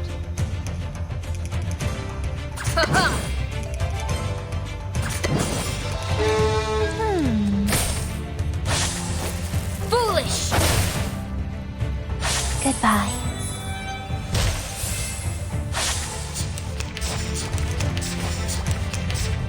Hey, I'm the support staff.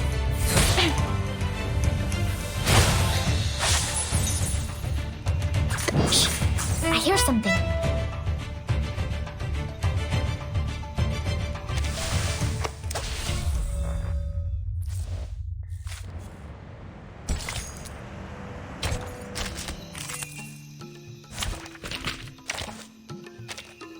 Let's have a party then!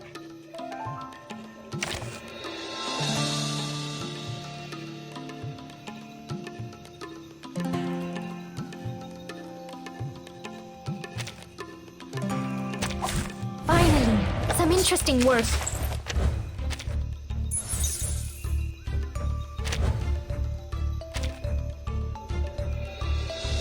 Whose heart is beating so loud? Shh! I hear something. Let the show begin. Oh? Radio waves are everywhere. Everywhere. Huh! Annoying bugs.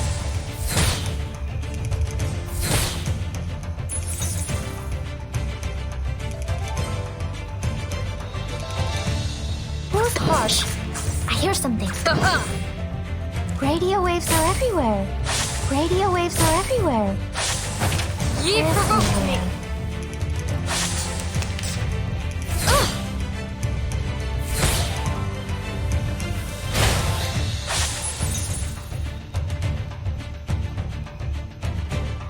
What's that? What's this? What's that? Typhon won't give up his friends. Neither will Star. It seems to be mixed up. It should... it seems to be mixed up. It should be fine, right?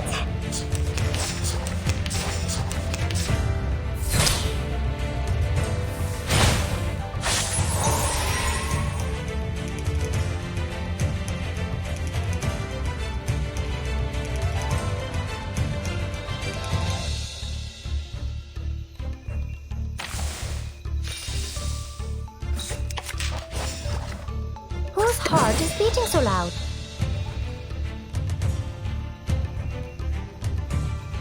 What's this? I shall take thy word. Don't be so furious.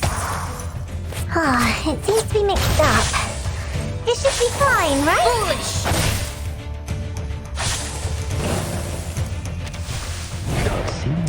You can't see me.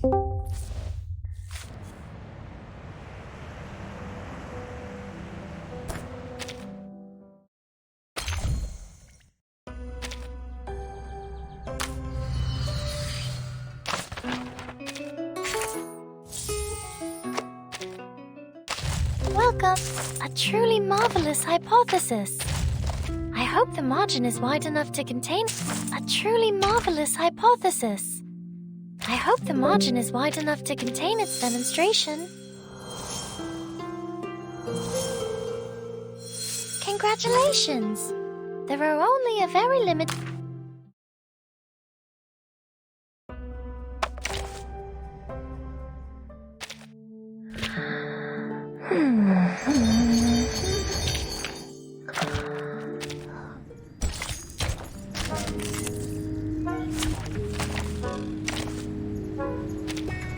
Aloha! Bonjour! There will be some differences between theory and practice.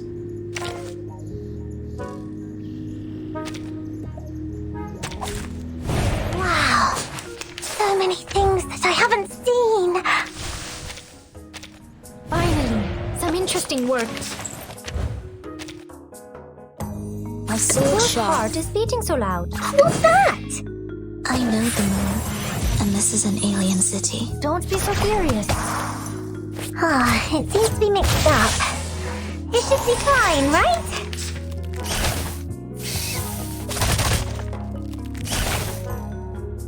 Shh. I hear something. Whose heart is beating so loud? Agents have guns. It's called common...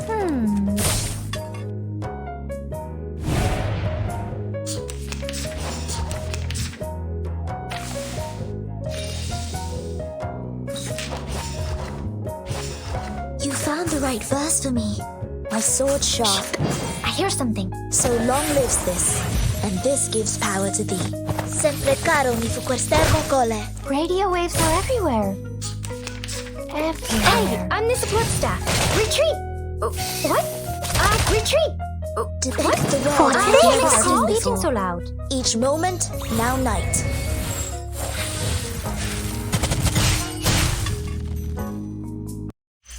I will pray for you.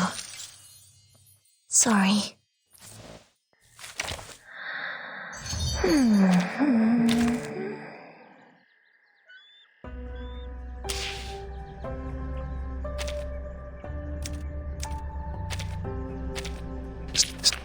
Chivalry.